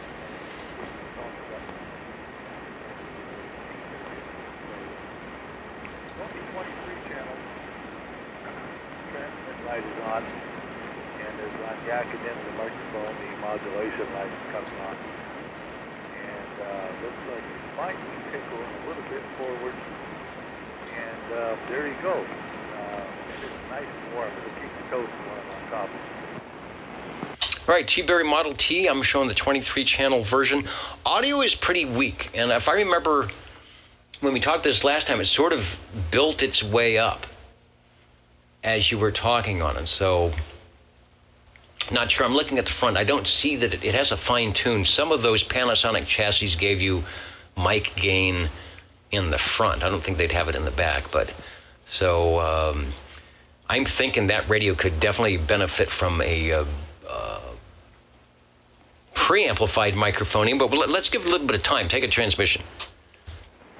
Okay, well, the first transmission was with the range gain off. It does have a range gain button underneath the SRF meter. So it looks like the modulation light is blinking a little bit brighter with the range gain on. Over. Oh, yeah, 100% better. So that radio is probably set up so if you needed to use a preamplified microphone, you wouldn't need the range gainer. You'd have to turn the preamp mic all the way down. So that is a perfect switch to give you close to 100% modulation now. Sounding good. Thank you, Dennis, and appreciate what you're doing and letting us check in these old tubers. It's a lot of fun. Yeah, the T-Berry Model T on the Panasonic number 2 or second version chassis shares its insides with a lot of other radios. I think it's actually plate modulated YAM radio. And man, I remember that S meter. I think that's that same S meter that I had in my first, I remember that green and the red and that size in my first realistic Navajo. So that's probably maybe a standard imported meter, but doing good on channel 11, making the lights work. Radio number 4. Thanks for bringing it by. 82. And 82 with a very nice sound, glowing in the dark, no doubt. Over. She's a glowing. 82 out here at the ditch banks of Biola with the Browning Eagle S23 transmitter and the R27 receiver. All right, I'll find a shot of the first Eagle. Well, okay, let me show this. 1964, Browning Eagle advertisement from S9 magazine in beautiful monochrome with the showing the banana style microphone. My name is Browning Eagle and I've got a secret. It says, if you would like to belong to the world's most exclusive CB radio club, just write to us and we'll send a complete detail and a free copy of our latest catalog. Boy, back in the day when you got service from Browning Laboratories, Department S9, don't you like that? Union Avenue, Laconia, New Hampshire, 03246 from December 1964. And here's that radio sounding in February of 2023. Take a transmission. Yeah, it seems to be working pretty good. The receive meter might not work, but we could barely hear Eric. So anyway, we know it's working. It's working good enough, so. All right, well, thanks for doing the net, and 82 from the Ditch Banks of Iowa. Standing by and waiting for some more radios. All right, if you told me, I didn't write it down. What microphonium are you using with that, over? Non-amplified D104. There you go. Eagles were pretty much set up to not be amplified. You have to really crank them down internally to get some amplified microphone. The first R27, S23, S the sending unit, R the receiver unit, the bigger of the two, the receiver. First to show, and that would be interesting. We'll have to get the guys that know about Garner Green and why the Eagle was born for that radio, the little silhouette eagle head. What made them choose the Browning? What made them choose the Eagle? That'd be interesting to know. It's probably some information out there already. Sounding good for Radio 5. Thanks, Ron. All right, Dennis. On with the show. 37. And hello, Chris. Jump in for Radio 6 right now. Over. Well, thank you very much. Hope everything's sounding good on this right now. I'm not too close. I'm not too far, I hope. Is that all right there? You are doing the Goldilocks. You know, it's just right. Over. Okay. Well, anyway, I would like to check in my G PowerMate Gem Marine Products 23-channel tuber that definitely glows in the dark. And we are registered here with the amplified D104 Lollipop. Over. Looking for the radio in the Rolodex. Glad to have all that working thanks to Frodex and Lone Eagle. There it is. PowerMate Gem Marine Products. It says Gem Marine PowerMate photo from the collection of Chris. So this is your blue radio. Take a transmission. Yes, sir. That is this radio. You know, I thought we had one more out there somewhere. I thought I heard someone check one in here a while back, but I could be dreaming too. I don't know. Well, in theory, if you don't look at the outside, if you don't look at the case, we had one check-in moments ago in the form of a Model T by T-Berry. Same radio on the inside. In fact, I think the dials, the fine-tune, the volume, and the squelch are very similar to the Model T. The Model T, actually, they allowed them to put an extra light, an extra panel light on the front, and the Model T has the range expand, which you don't on the Gem Marine products. The Gem Marine products is pretty much the stripped-down version, I think, of the Panasonic chassis, but it sounds good. Okay, well, I think it's my prettier one. Now, I've got another Panasonic chassis underneath I'm going to be checking on in here in a minute. Of course, it's being warmed up right now. All right, we'll check to see the number of lights, whether it has range boost, and how many selectable knobs it gives you between the squelch and the volume. Sounding good for radio number 6 on the Gemtronics G PowerMate. Over. Well, thank you, Dennis. All right, I'm going to flip a switch, and I do mean just flip a switch, and I will be right back. Number 7. All right, and I forgot to ask Harvey a question about the General Radio telephones when he had the book out. Looking for radio number 7, and I think we have found it. Hello, Ed. And hello, OTR. I'll bring you the Tram TR27 Echo. All right, we've had gold radios, blue radios, black radios, and now the green radios. Rolling over to the T section on the radio Rolodex, going back to 1963 in the final version of the 27 series before they went to the Titans. And a good one it is. Here comes the picture, and we're getting lucky tonight. Here is yet again a picture of a radio that is the one we're actually listening to. Take a transmission. Oh, there you go. Yes, a picture of the actual radio. Although I did not have the microphone plugged in at that time, and I'm using the Electro Voice 638. EV638 from Electro Voice. I think that's a higher impedance microphone that works well and is used often by tube radio operators, especially the Collins collectors, and fits nice and tidy right into the mic plug that looks almost like a headphone jack there. It is just your basic stereo headphone type plug-in is the exact same one. But you know where it needs to be. And 30 saying, Christy is giving you a standing ovation. So another repeat performance. Take a transmission. There you go. Yes, the big green radio for those who like the green radios. And it is definitely big, 5x7 speaker, big S meter that you can even see, old eyes can see without glasses. So there you go. Now let's see if I get the picture. It runs up to, and you'll help me out, 9, 10, 20, 30, 40, 50, 60, right? That would be correct. It goes all the way up to 60, but I've never had anybody. I think you'd have to be driving right up underneath the antenna to get 60. Yeah, I wonder what the manual says that you need, what input you need for an S9, whether it's 50 or minus 50 or minus 100. I guess you could put it anywhere you want. So that would be the do. Calibrate for the linear in the driveway at 60, and everything else just happens where it needs to be. Top of the line radio for tram with the external crystal socket. If you wanted to have a switchable automatic, let's see, Extel receive. All right, they put it in the receiver because you've got the tunable receive. And so, yeah, say you're on channel 1, you got to go to channel 23 and then back to channel 1.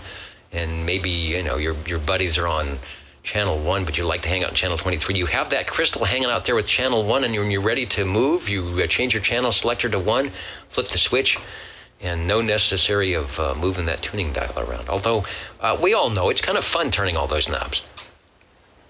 There you go. More knobs, the better. I certainly think so. Radio 7, SWL7, with the TR27E. So we've got a 777. I don't know what that means if you're in Vegas, but I hope it's good. Oh, there you go. I think Chris was going to come back with one, and I have one more radio also, so I'll be back shortly. All right, good deal here on the Old Tube Radio Network, where the noise did not come in tonight. Have a nice quiet frequency, and so most enjoyable. Let's see, just checking to see who is out there, who is around. 40 plus, yeah. I'm hoping to get 40 plus on that meter. Oh, the Jingle Singers they're pointing, they say they're ready to go. So that's a good thing, and we'll be back in a moment here on the Old Tube Radio Network. Let's do some spelling. OTR. 27.085 megahertz. Channel 11, Old Tube Radio. Old Tube Radio. Listening for radio number 8. Number 8. Was that me, Dennis? All right, there are 2. So number 8 will be Ed. And then, Chris, you've got one for number 9? Well, when I was done keying, I told you I had one more. Then I talked to you, and you said, okay, never mind. Go ahead. All right, you are on the list. We'll put 37 in. So jump into the green room, but don't go far, because you'll be up in the air chair shortly. Well, we're already into 10 o'clock. And the radios are out to play. Hello, Mr. Ed, over. There we go. Hopefully this thing is working. I had to put a new element in the microphone head, and hopefully this thing is transmitting like it should. Yeah, it is transmitting. You got the super duper audio, which we will talk about. What are you on? Oh, this is the Golden Eagle microphone that I had to have the element replaced. It kind of went bad, so I replaced it, and I hope this one's good. Yeah, it's very loud. It has a very different tone to your voice, accentuating some frequencies. I don't know. Let's see, and you are on the Mark III. I'll bring up a Mark III for the parts here. Wow, it's such a difference from the mellowness of the tram. I don't know. Back off the mic a little bit. I just want to see what changes the tone. Okay, I'll get a little bit for it. Let's see. Let's turn this down just a little bit. See if that helps a bit. Okay, if you're amplified, yeah, you can turn it down, and then you can come back into a normal operating position. Oh, there you go. Well, we'll see if that is a little bit better. All right, you know what I'm going to do? Let me put on the Orban meter. Take another transmission. Okay, taking another transmission. This shouldn't be hitting it quite as hard. Hopefully it's working. Yeah, you're good. I think you can leave it there, or if you want to ooch it up just a little bit, you should be able to do that also. Over. Oh, okay, copy that. Maybe just a tiny bit more. Yeah, I think that's the way to go. But you've got plenty to go if you want more. So we need that extra little DX boost, and I wasn't hearing any. Didn't sound like flat topping and distortion when you had it up the other way, but it was loud. It was such a difference that I'm used to hearing you, but it was working. Okay, yeah, I gotta get things set again here. So, good deal. Well, the element is working and the new battery is working. So, the Golden D104 is back in operation. All right, and I brought the shot that shows the Golden D104 next to the Browning Golden Eagle Mark III, and you are on, I should know this, but just to make sure that you are on the SSB transmitter, which is the same size and girth as the receiver. That is correct. It's almost 3 foot across the table. That is a lot of radio fun.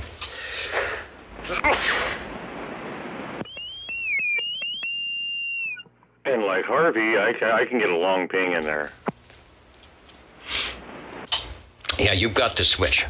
All right, I'm having a sneezing attack here back in the background. Radio number 8, the Browning Golden Eagle Mark III SSB. From 1972 to 1976, all 23 channels. Sounding good, looking good with the new Elemento. Over.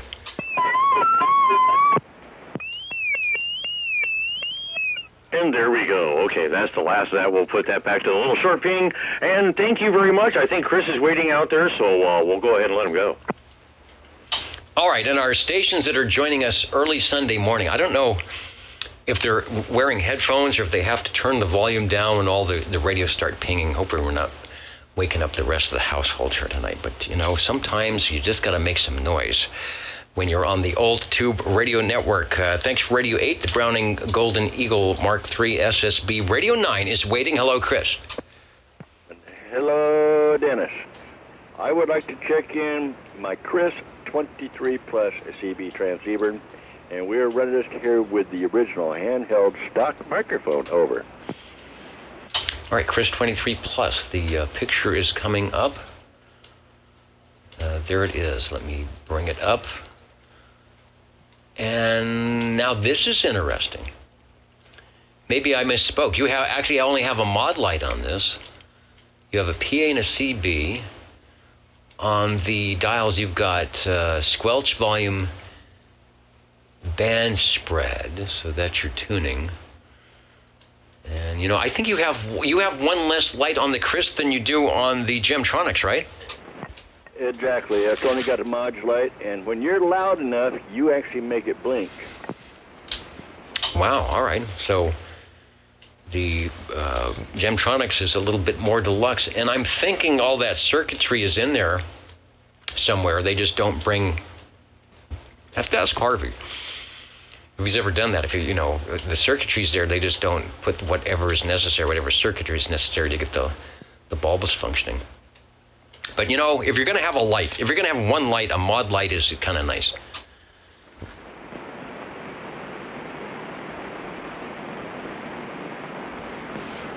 KRIS 23 Plus transceiver, take another transmission, over. What was that, Dennis? I just wanted to get you another transmission on the Chris 23 Plus. Oh, okay, yeah, the wife was taught me there. I didn't hear it there.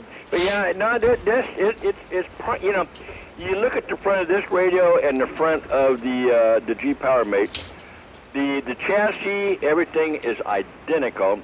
Now, where the channel selector is, it's like a quarter moon up there, where on this here is like a square, and it only has one mod light, where the other one has modulation and transmit, whatever, or transmit and restrict, whatever you like to do. And then, plus, the Chris has got a headphones plug, where the Jim Marine doesn't have that. And where the microphone is at is where the headphone plug is at on the Jim Marine. but where the microphone plug is on the other one is right underneath the modulate. Over. Yeah, just, little differences, like the difference between, the Chevy and the Pontiac. Well, it's kind of the same car, but they added a light here and there's something here. But if you like that, or the Ford and the Mercury, or the Chris 23 Plus, or the Gemtronics, or whatever, it sounds good. You are officially and forever noted as a Radio 9 on the 4th day of February 2023 on the Old Tube Radio Network. Over. Okay, Dennis. Well, this was it for me. I'm done. I'll listen to the rest of it on another radio here, but I'm going to turn this one off and go to the solid state and save the tube.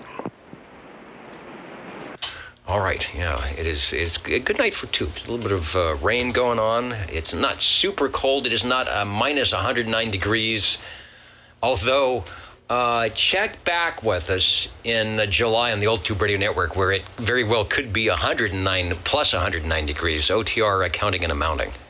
Exactly.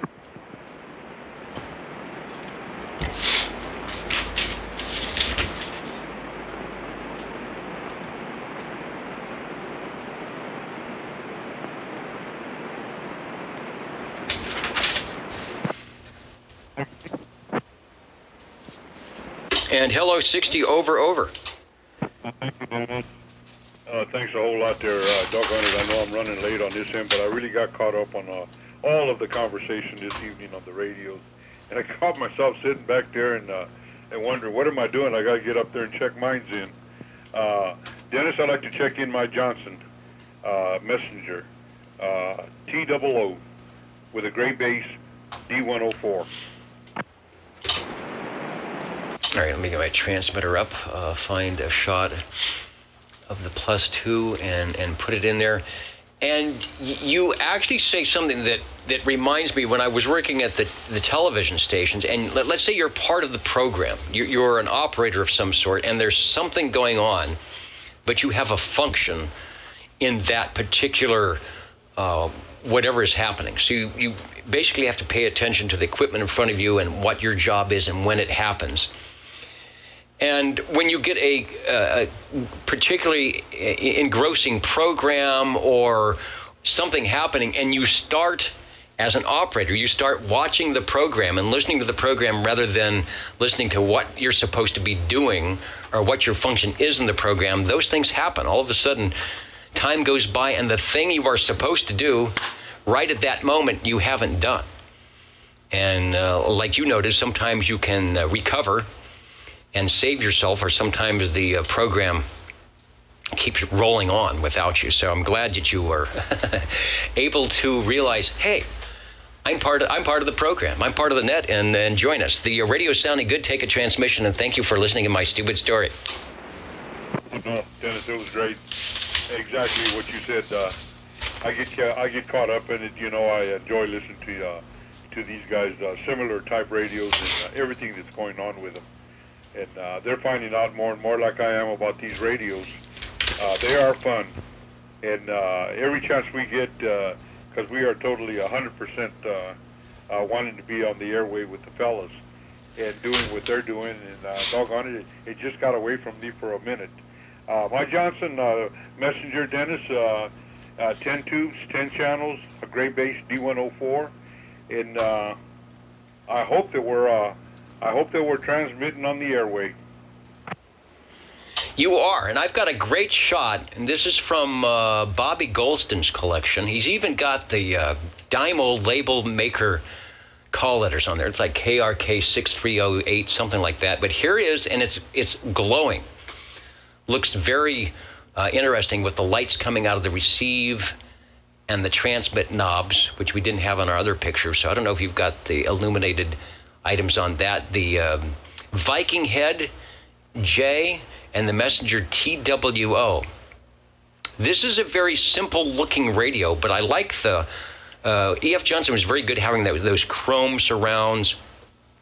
And what do they used to say? It's what's inside that counts. All right, so this is not the fancy thing with an S meter, but the insides and the receiver and the transmitter are top-notch Top notch from Browning for the Messenger 2. Take another transmission, and this one even shows the microphonium heading back into, there's no microphone jack on the front, so heading back into the radio. Anyway, thanks for radio, what are you?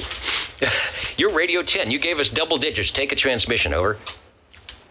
Thank you much on that, Dennis. Doggone it, yeah, I appreciate that.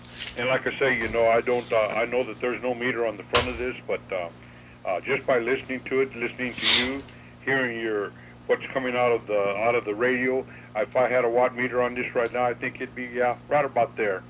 SWRs would be right about there. I don't have to crank the volume up very loud. It just pops up automatically, so I know that we're pretty close on the SWRs. Okay, Dennis, I got one more to check in there, and we'll get out of your hair. Hey, that is why I'm here.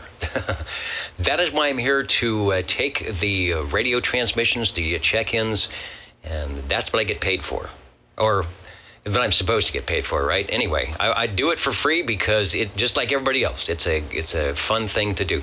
Thanks to Bobby Golston for the picture of the Mark II. It's finally, we got one though. It's up and running with the dial lights glowing in the dark, and a lot of people on his post mentioning that that radio was some of the best transmit sounding that they had on two-way radio. So thanks for bringing it by. The Old Tube Radio Network, counting and amounting.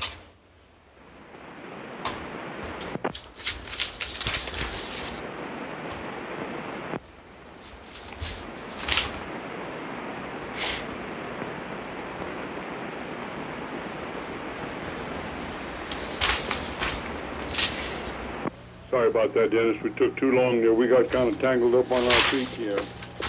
Great wobbly wobbly. In fact, we're still trying to unrattle the mess here. 60, Dennis. Okay, well, I know about untangling the mess. When I sign off tonight, it'll probably be like an hour. An hour before I can untangle the mess that's going on around here. I've got the tube radio list out, and I'm ready for your item of interest. Over. Thank you much, Dennis. I don't think we could go an evening without checking in our Hustler base. The little bitty base there from World Radio Labs, the Hustler. If you like green, we've had your radio tonight in the Tram TR27E. If you like blue, we've had the Gem Marine Products G PowerMate. And this one in, I don't know if it's quite baby blue, but it's blue.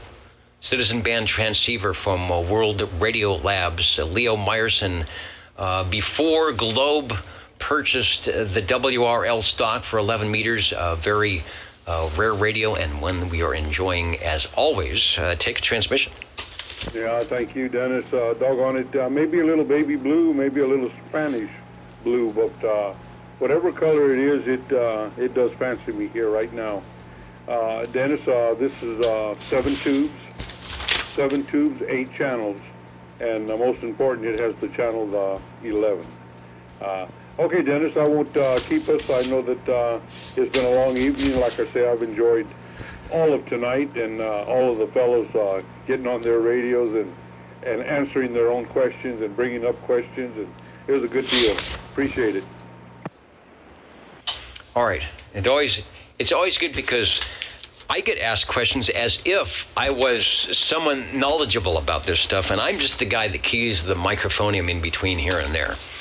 So we really appreciate having those stations that are able to answer questions or their own questions. And I know we have a great amount of listeners on the video and the audio side that are knowledgeable as well and chime in and say, hey, I know the answer to that, or I used to have that particular radio and it did this. So a great area of knowledge that we are able to expound here. So that's one thing about expanding the Old Tube Radio Network from just a local thing out beaconing the Universal Media Network. Gives everybody a chance to chime in. And if somebody's watching it a year from now, February 4th, 2024, and they're saying, who is that guy in the seersucker jacket? But you know what? Like Joe said, I actually learned something to make my radio sound better tonight. The Old Tube Radio Network, last call for radios. And of course, then the jingle singers said, You're tuned to OTR. Channel 11, right here in Fresno, California. Stay with us Old Tube Radio. and be modern. yeah, as modern as you can, but a lot of these radios were modern. The styling was made to be modern so that you would, I don't know, you'd have something to put on things. Now, I just noticed my audio out to the radio has taken a severe bump. So let me do something here. Does that help any? No. All right, doing a little bit of on-the-air testing. Let me put that back in now. All right, so something happened. Sorry about that. Everybody says, whoa, he just got real loud. So that's not exactly what I've got something happening on the output audio. So we'll do that and hopefully, see that's why these REA meters are good. That's the output of the transmitter if you're looking at that. So I could tell that I was undermodulated. Now if I go to this, there's the output into the stream, and that's about right. So I think I'm okay. So we'll go back to that, and I'll pull this down. All right, everybody still hearing me? Over? You're good. Okay, they say much better. So I'll keep an eye on these things so that I can stay better. What are we doing? Oh, we're counting and amounting, saying thank you to our stations out there tonight joining us on the shortwave listener side, the tube radio side, and 97. I agree. Talking about the Dymo label makers, is it still able to buy those, or if you have one, can you still get the plastic tape that goes into those things without paying an arm and a leg? What they have now is that P-Touch. It's the vinyl little tape that comes off. So I don't know if anybody's making the Dymo label makers. All right, I'm trying to see. I've got to go back to my main. Say, okay, I just want to make sure I've got the right pictures up as people are listening. What's going on? We had, let's see, 32 and 47. So that's 79 shortwave listeners checking in tonight, which is a good thing.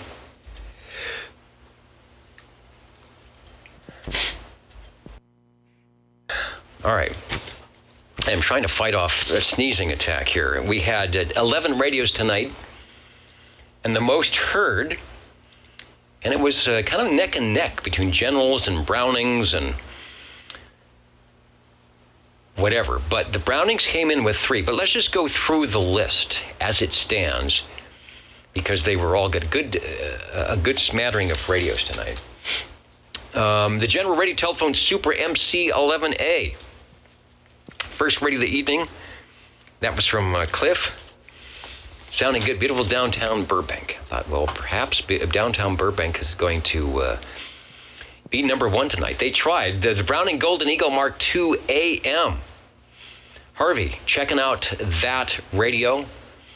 Transmitter receiver sounding good. The transmitter sounding very good. Nice and clean. Not a buzz or a ripple or nothing. Even on the Harvey range boost, doing a good job, and pretty much on frequency as well. Sounding good, Harvey. And boy, that was an awesome story about how it got there. I had the same thing. I mean, you see the delivery guys, it's raining, and there's a sheltered area, and the box goes into the non-sheltered area. I don't understand that. That seems like that would be on a training video or something about where to put the package when you throw it off the dolly. Radio number 3, the General Radio Telephone. We're glad that they get delivered. The General Radio Telephone Super MC11A number 2 from Chris was Radio 3 tonight. T-Berry Model T. The T-Berry Model T from Eric with the range expand. That's the way to run that radio at that microphone. Doing a good job. Radio 4. Radio 5, Iran. on the Browning Eagle R27S23, the first in the series of radios to get the Eagle name.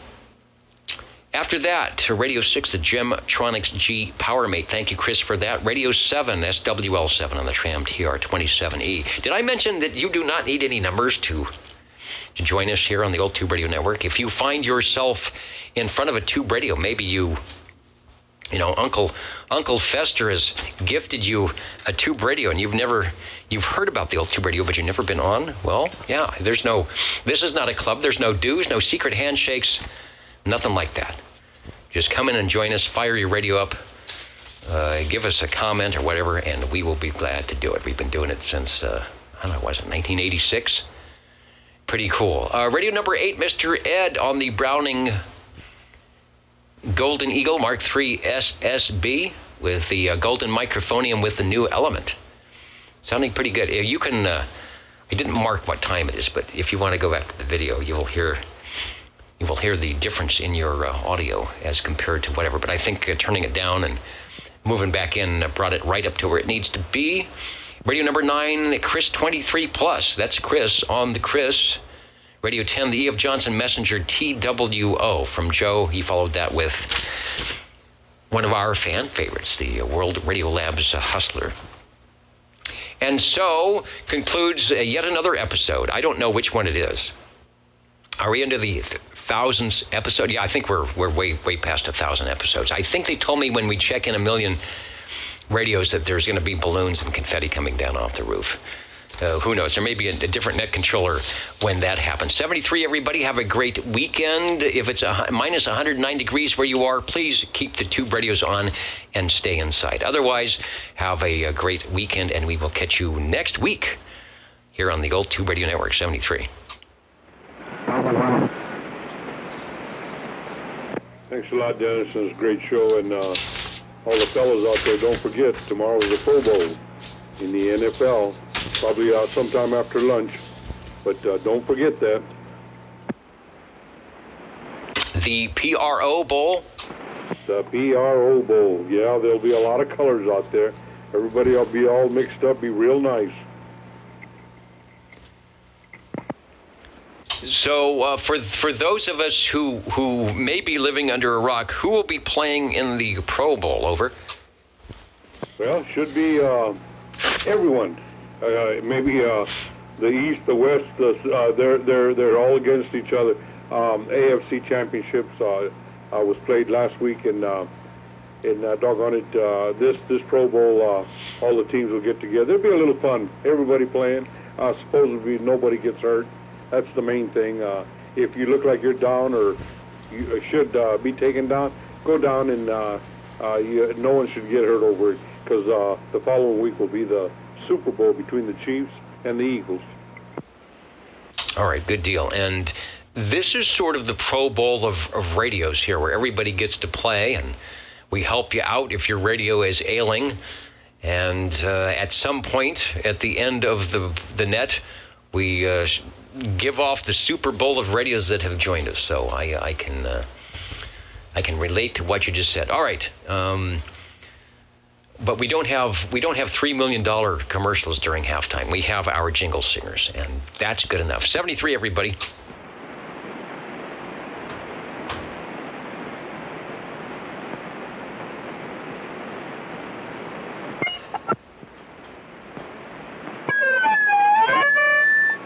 Good show, Dennis.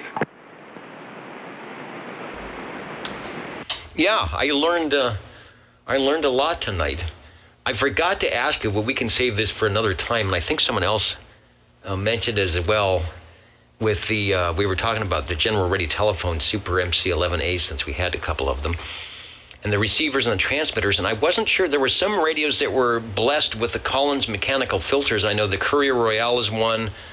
I think the Browning's got a Collins mechanical filter, but I couldn't remember if the General Radio Telephone of that ilk actually had put one in, because at their price point, which was what, $200? Well, I guess it was more than $200. Sometimes that was a pricey thing to put in a radio. Oh, I don't remember seeing one. Yeah, I don't think they did. I just think they're their price point wasn't that. The Trams may have had one in there as well, but they can't all be a Collins 75A4. Talk to you later. Sounding good, and yeah, the Mark II is playing well. It sounds excellent. Roger. Oh, he's going to have fun with this. All right, see ya. Thank you. Indeed. The Old Tube Radio Network, 70... What are we at? Oh, we're over. We went over, so it's 74 minus 1. Hey, Harvey, stay in touch with me.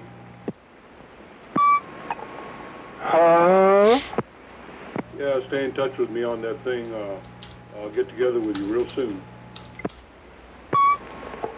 Oh, you want my oh, yeah, that. Okay.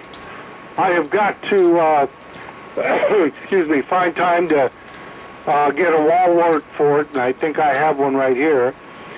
And then plug it in, see if it works. As far as lights up, I can do that tonight. And then I have to make room to stick it in line and see if it reads right. Yeah, okay. You do what you got to do there. I was going to ask you, I have a Helicrafter S120 4-band. Are you familiar? Well, not intimately familiar. My Hammerland girlfriend would be jealous. Oh? I'm kidding. What is it again? It's a Helicrafter S120 4-band. It does come on, and I was able to get or hear one channel anyway. It probably was a local channel. I just need to know what all has to, what kind of. It has an aerial behind it, and you got two little screws there where you screw it in there after you pull it out of its place and then pop it up. But yeah, I'm just wondering how does that thing work? SX120? Yeah, S120. S120. Hang on for a sec. Oops, I wasn't listening. Was that a receiver, Joe? No, just a 4-band. Yeah, 4-band receiver, I guess. No transmit. Yeah, this should be S120 is a Helicrafters, I think. So it's got the big dial across the front. Yeah, got the dial in front, the big glass with 4 bands. Yeah, and does it have the speaker in the front?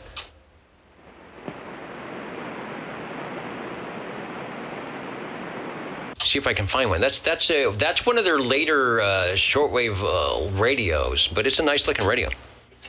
Yeah, it's a shortwave. That's what it is. Speaker somewhere around there. But yeah, it has the original aerial in the back. But I don't know how to operate it. I did get one station on it. I was trying to look because then it has a speaker. Some of them you have to put an external speaker on, and it might have an external antenna jack, and then the numbers on the front of the radio will tell you what band you are. So I think it covers AM broadcast. I'm going to see if I can bring one up here. If I can, I'll pop it up on the video thing here. But yeah, I've got a Helicrafters FM 1000. That was my AM FM DX radio. So the S120 gets you. It doesn't get you FM, but it'll get you AM. Okay.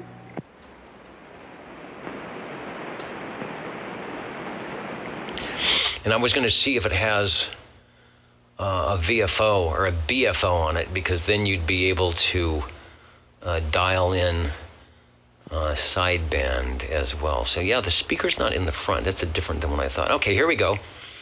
Are you ready for me to talk a lot? Yeah.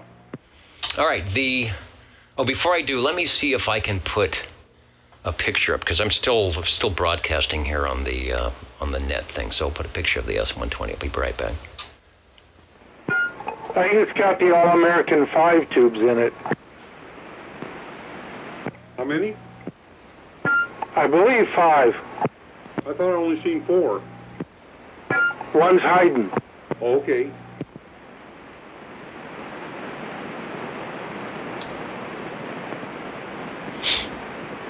It takes a little while to warm up, but once it comes on, I can hear the static, and I did get one station, but it was local here. Okay.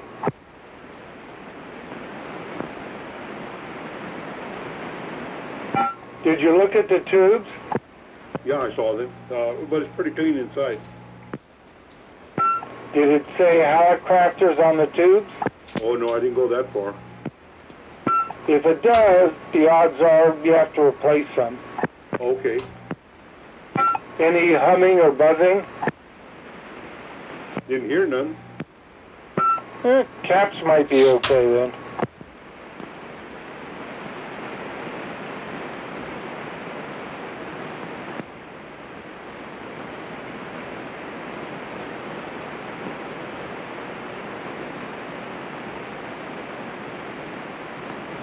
All right, well, it looks like, doggone it, at least this picture I want is really nice.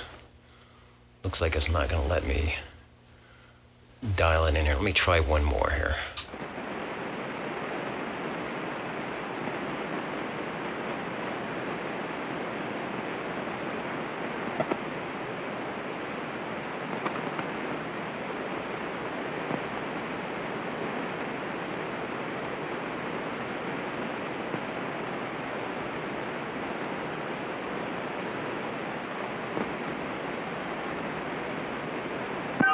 Ooh, it tunes up to 31 megs. You can listen to the show on it. Yeah, it should be a full shortwave listener thing. I was going to read about it here if I can find it. Oh, that'll be neat.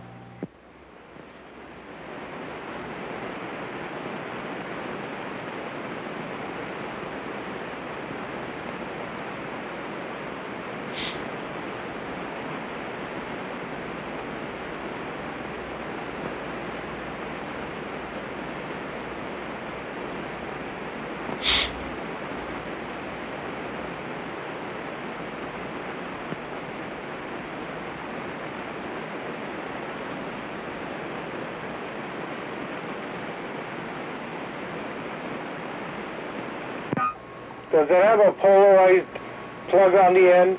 One spade bigger than the other, or are they both the same?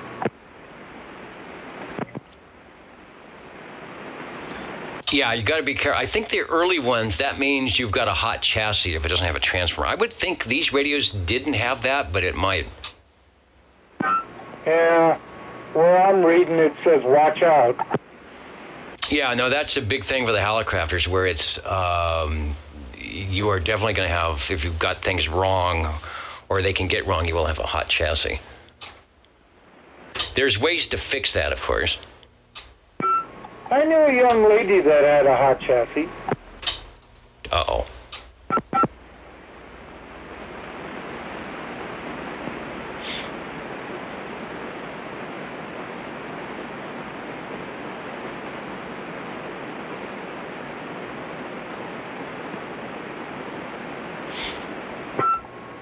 (12BE6, 12BA6, 12AV6, 50C5). It says 4 tubes, but I read where it had 5. All right, here we go, the transmission, because I cannot get, for some reason, I can't get the pictures to work. Hallicrafters S20 4-tube communications transceiver that tunes from 540 KC, which is the bottom end of the AM broadcast band, to 31 megacycles. In 4 bands. The radio receives standard AM broadcast, foreign and domestic shortwave broadcast, radio amateur transmission, ships and other stations. The receiver is a single conversion super heterodyne circuit. The intermediate frequency is 455 kilohertz. It receives both AM, voice, and CW code broadcasts with a built-in fixed frequency beat frequency off oscillator, BFO. So it says it's built in, but it seems like there would be some knob or something for that. A switch on the front panel turns on the BFO. The BFO control also acts as a sensitivity control, making reception of extremely weak signals possible. That's weird. So I don't see that switch where it is. But so that's listing on 38. You tune it up there, you need the BFO in.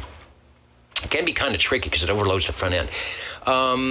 It is designed to operate from 105 to 125 AC current or 10 to 250 DC using a special cord adapter. The radio is an AC-DC set as it does not have The radio is an AC-DC set as it does not have a power transformer. The radio has a selenium rectifier. Power consumption is 30 watts.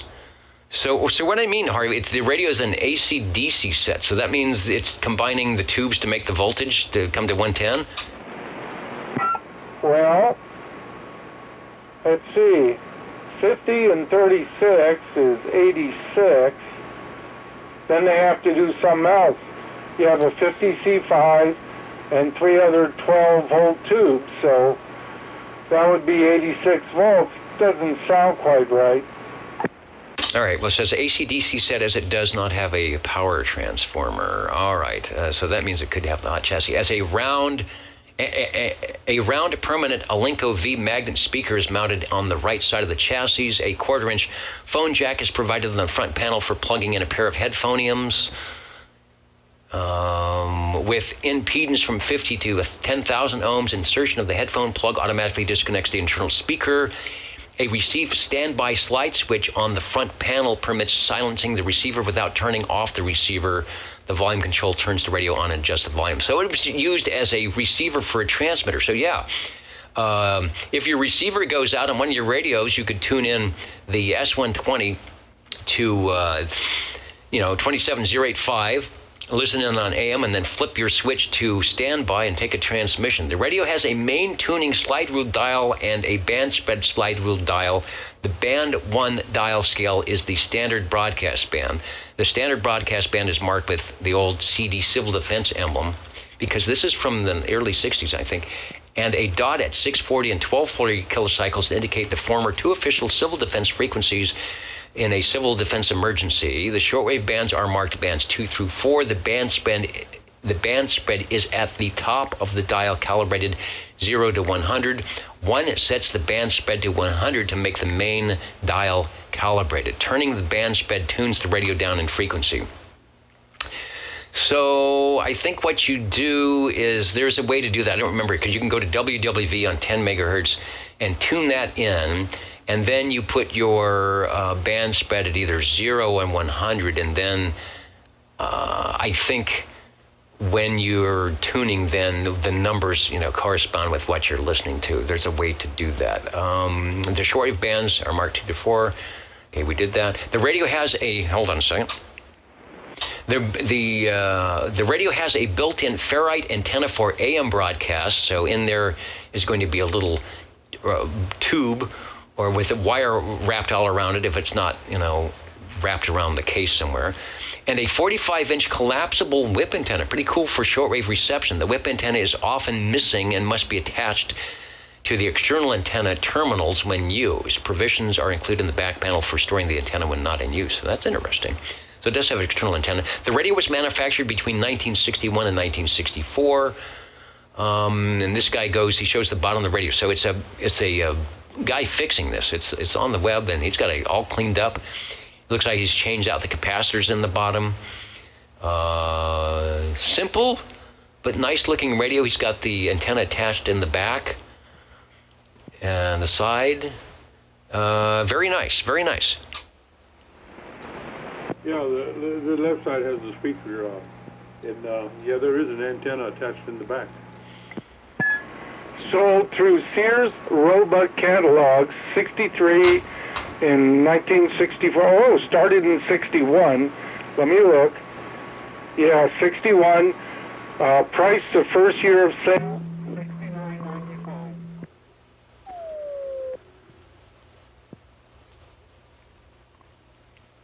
Yeah, Hallercrafters actually paired up with Sears on a couple of things. They're walkie-talkies as well.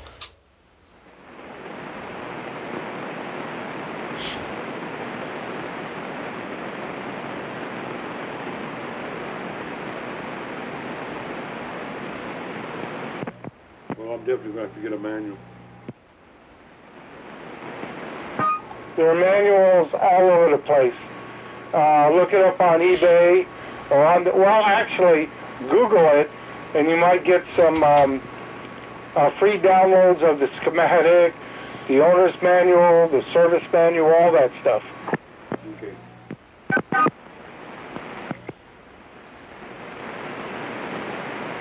Thanks, Dennis. All right, a cool radio. That's one of the early Hallicrafters. So that's back when back in the days of the CB3A. Hallicrafters was still in Chicago, Illinois. They had not shipped out to Japan. They were not part of Northrop. So that's a true Hallicrafters.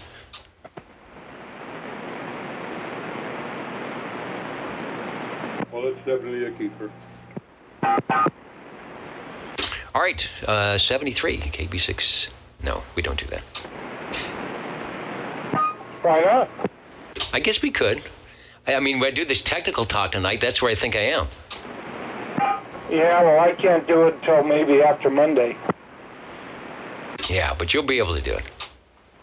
Yeah, I'll give you a call Monday evening, see what happens. Okay, sounds good. Over.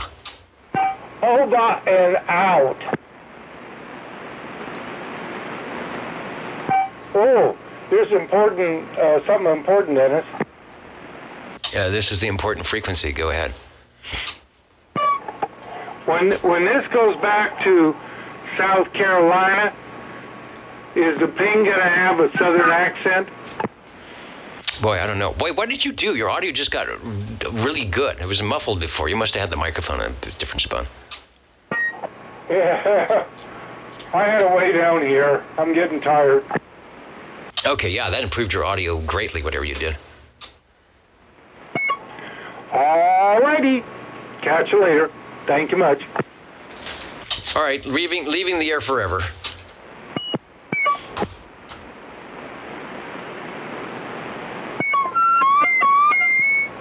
That was for JT.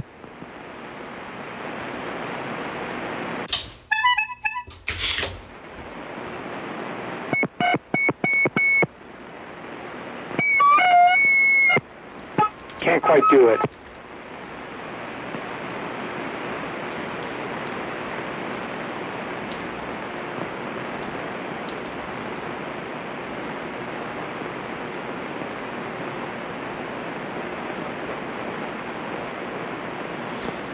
Are you still there, Harvey? Yeah. One of the listeners, who is it? Oh yeah, John listening and says it'll have a pang. It'll have a pang when it gets down there. All right, out here it's a ping. Oh yeah, over there it's a pang. Okay, a pang. I can't wait to hear that. And if it was up in Boston, I'm not sure what it would have. But it would be wicked. Indeed. All right, let me fire this thing down here. I haven't seen any smoke. I've been transmitting extra long tonight and nothing smoked. Yeah, I use the long ping quite a bit, and I've been watching the resistor. The radio's up on its side, and the resistor is just nice and just barely warm.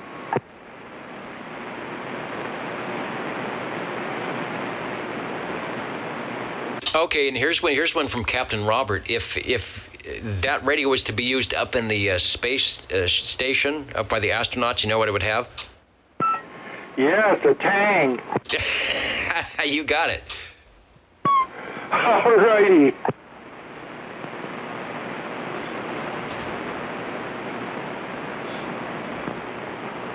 And of course, if he's using the radio when he hasn't eaten lately, he's probably going to have hunger pangs. Yeah, there you go. Now, there should be a Collins filter in that radio, right? On the Mark II? I think they have the Collins filter. Oh, yeah. They have a Collins filter in here. The radio underneath was pretty clean, except for some burn resistors, etc. But the chassis is real clean. The top is a little dusty, but I don't do dust. Anyway, I'll brush it a little bit, but that's it. But if he wants to get really into cleaning it, it'll clean up nice.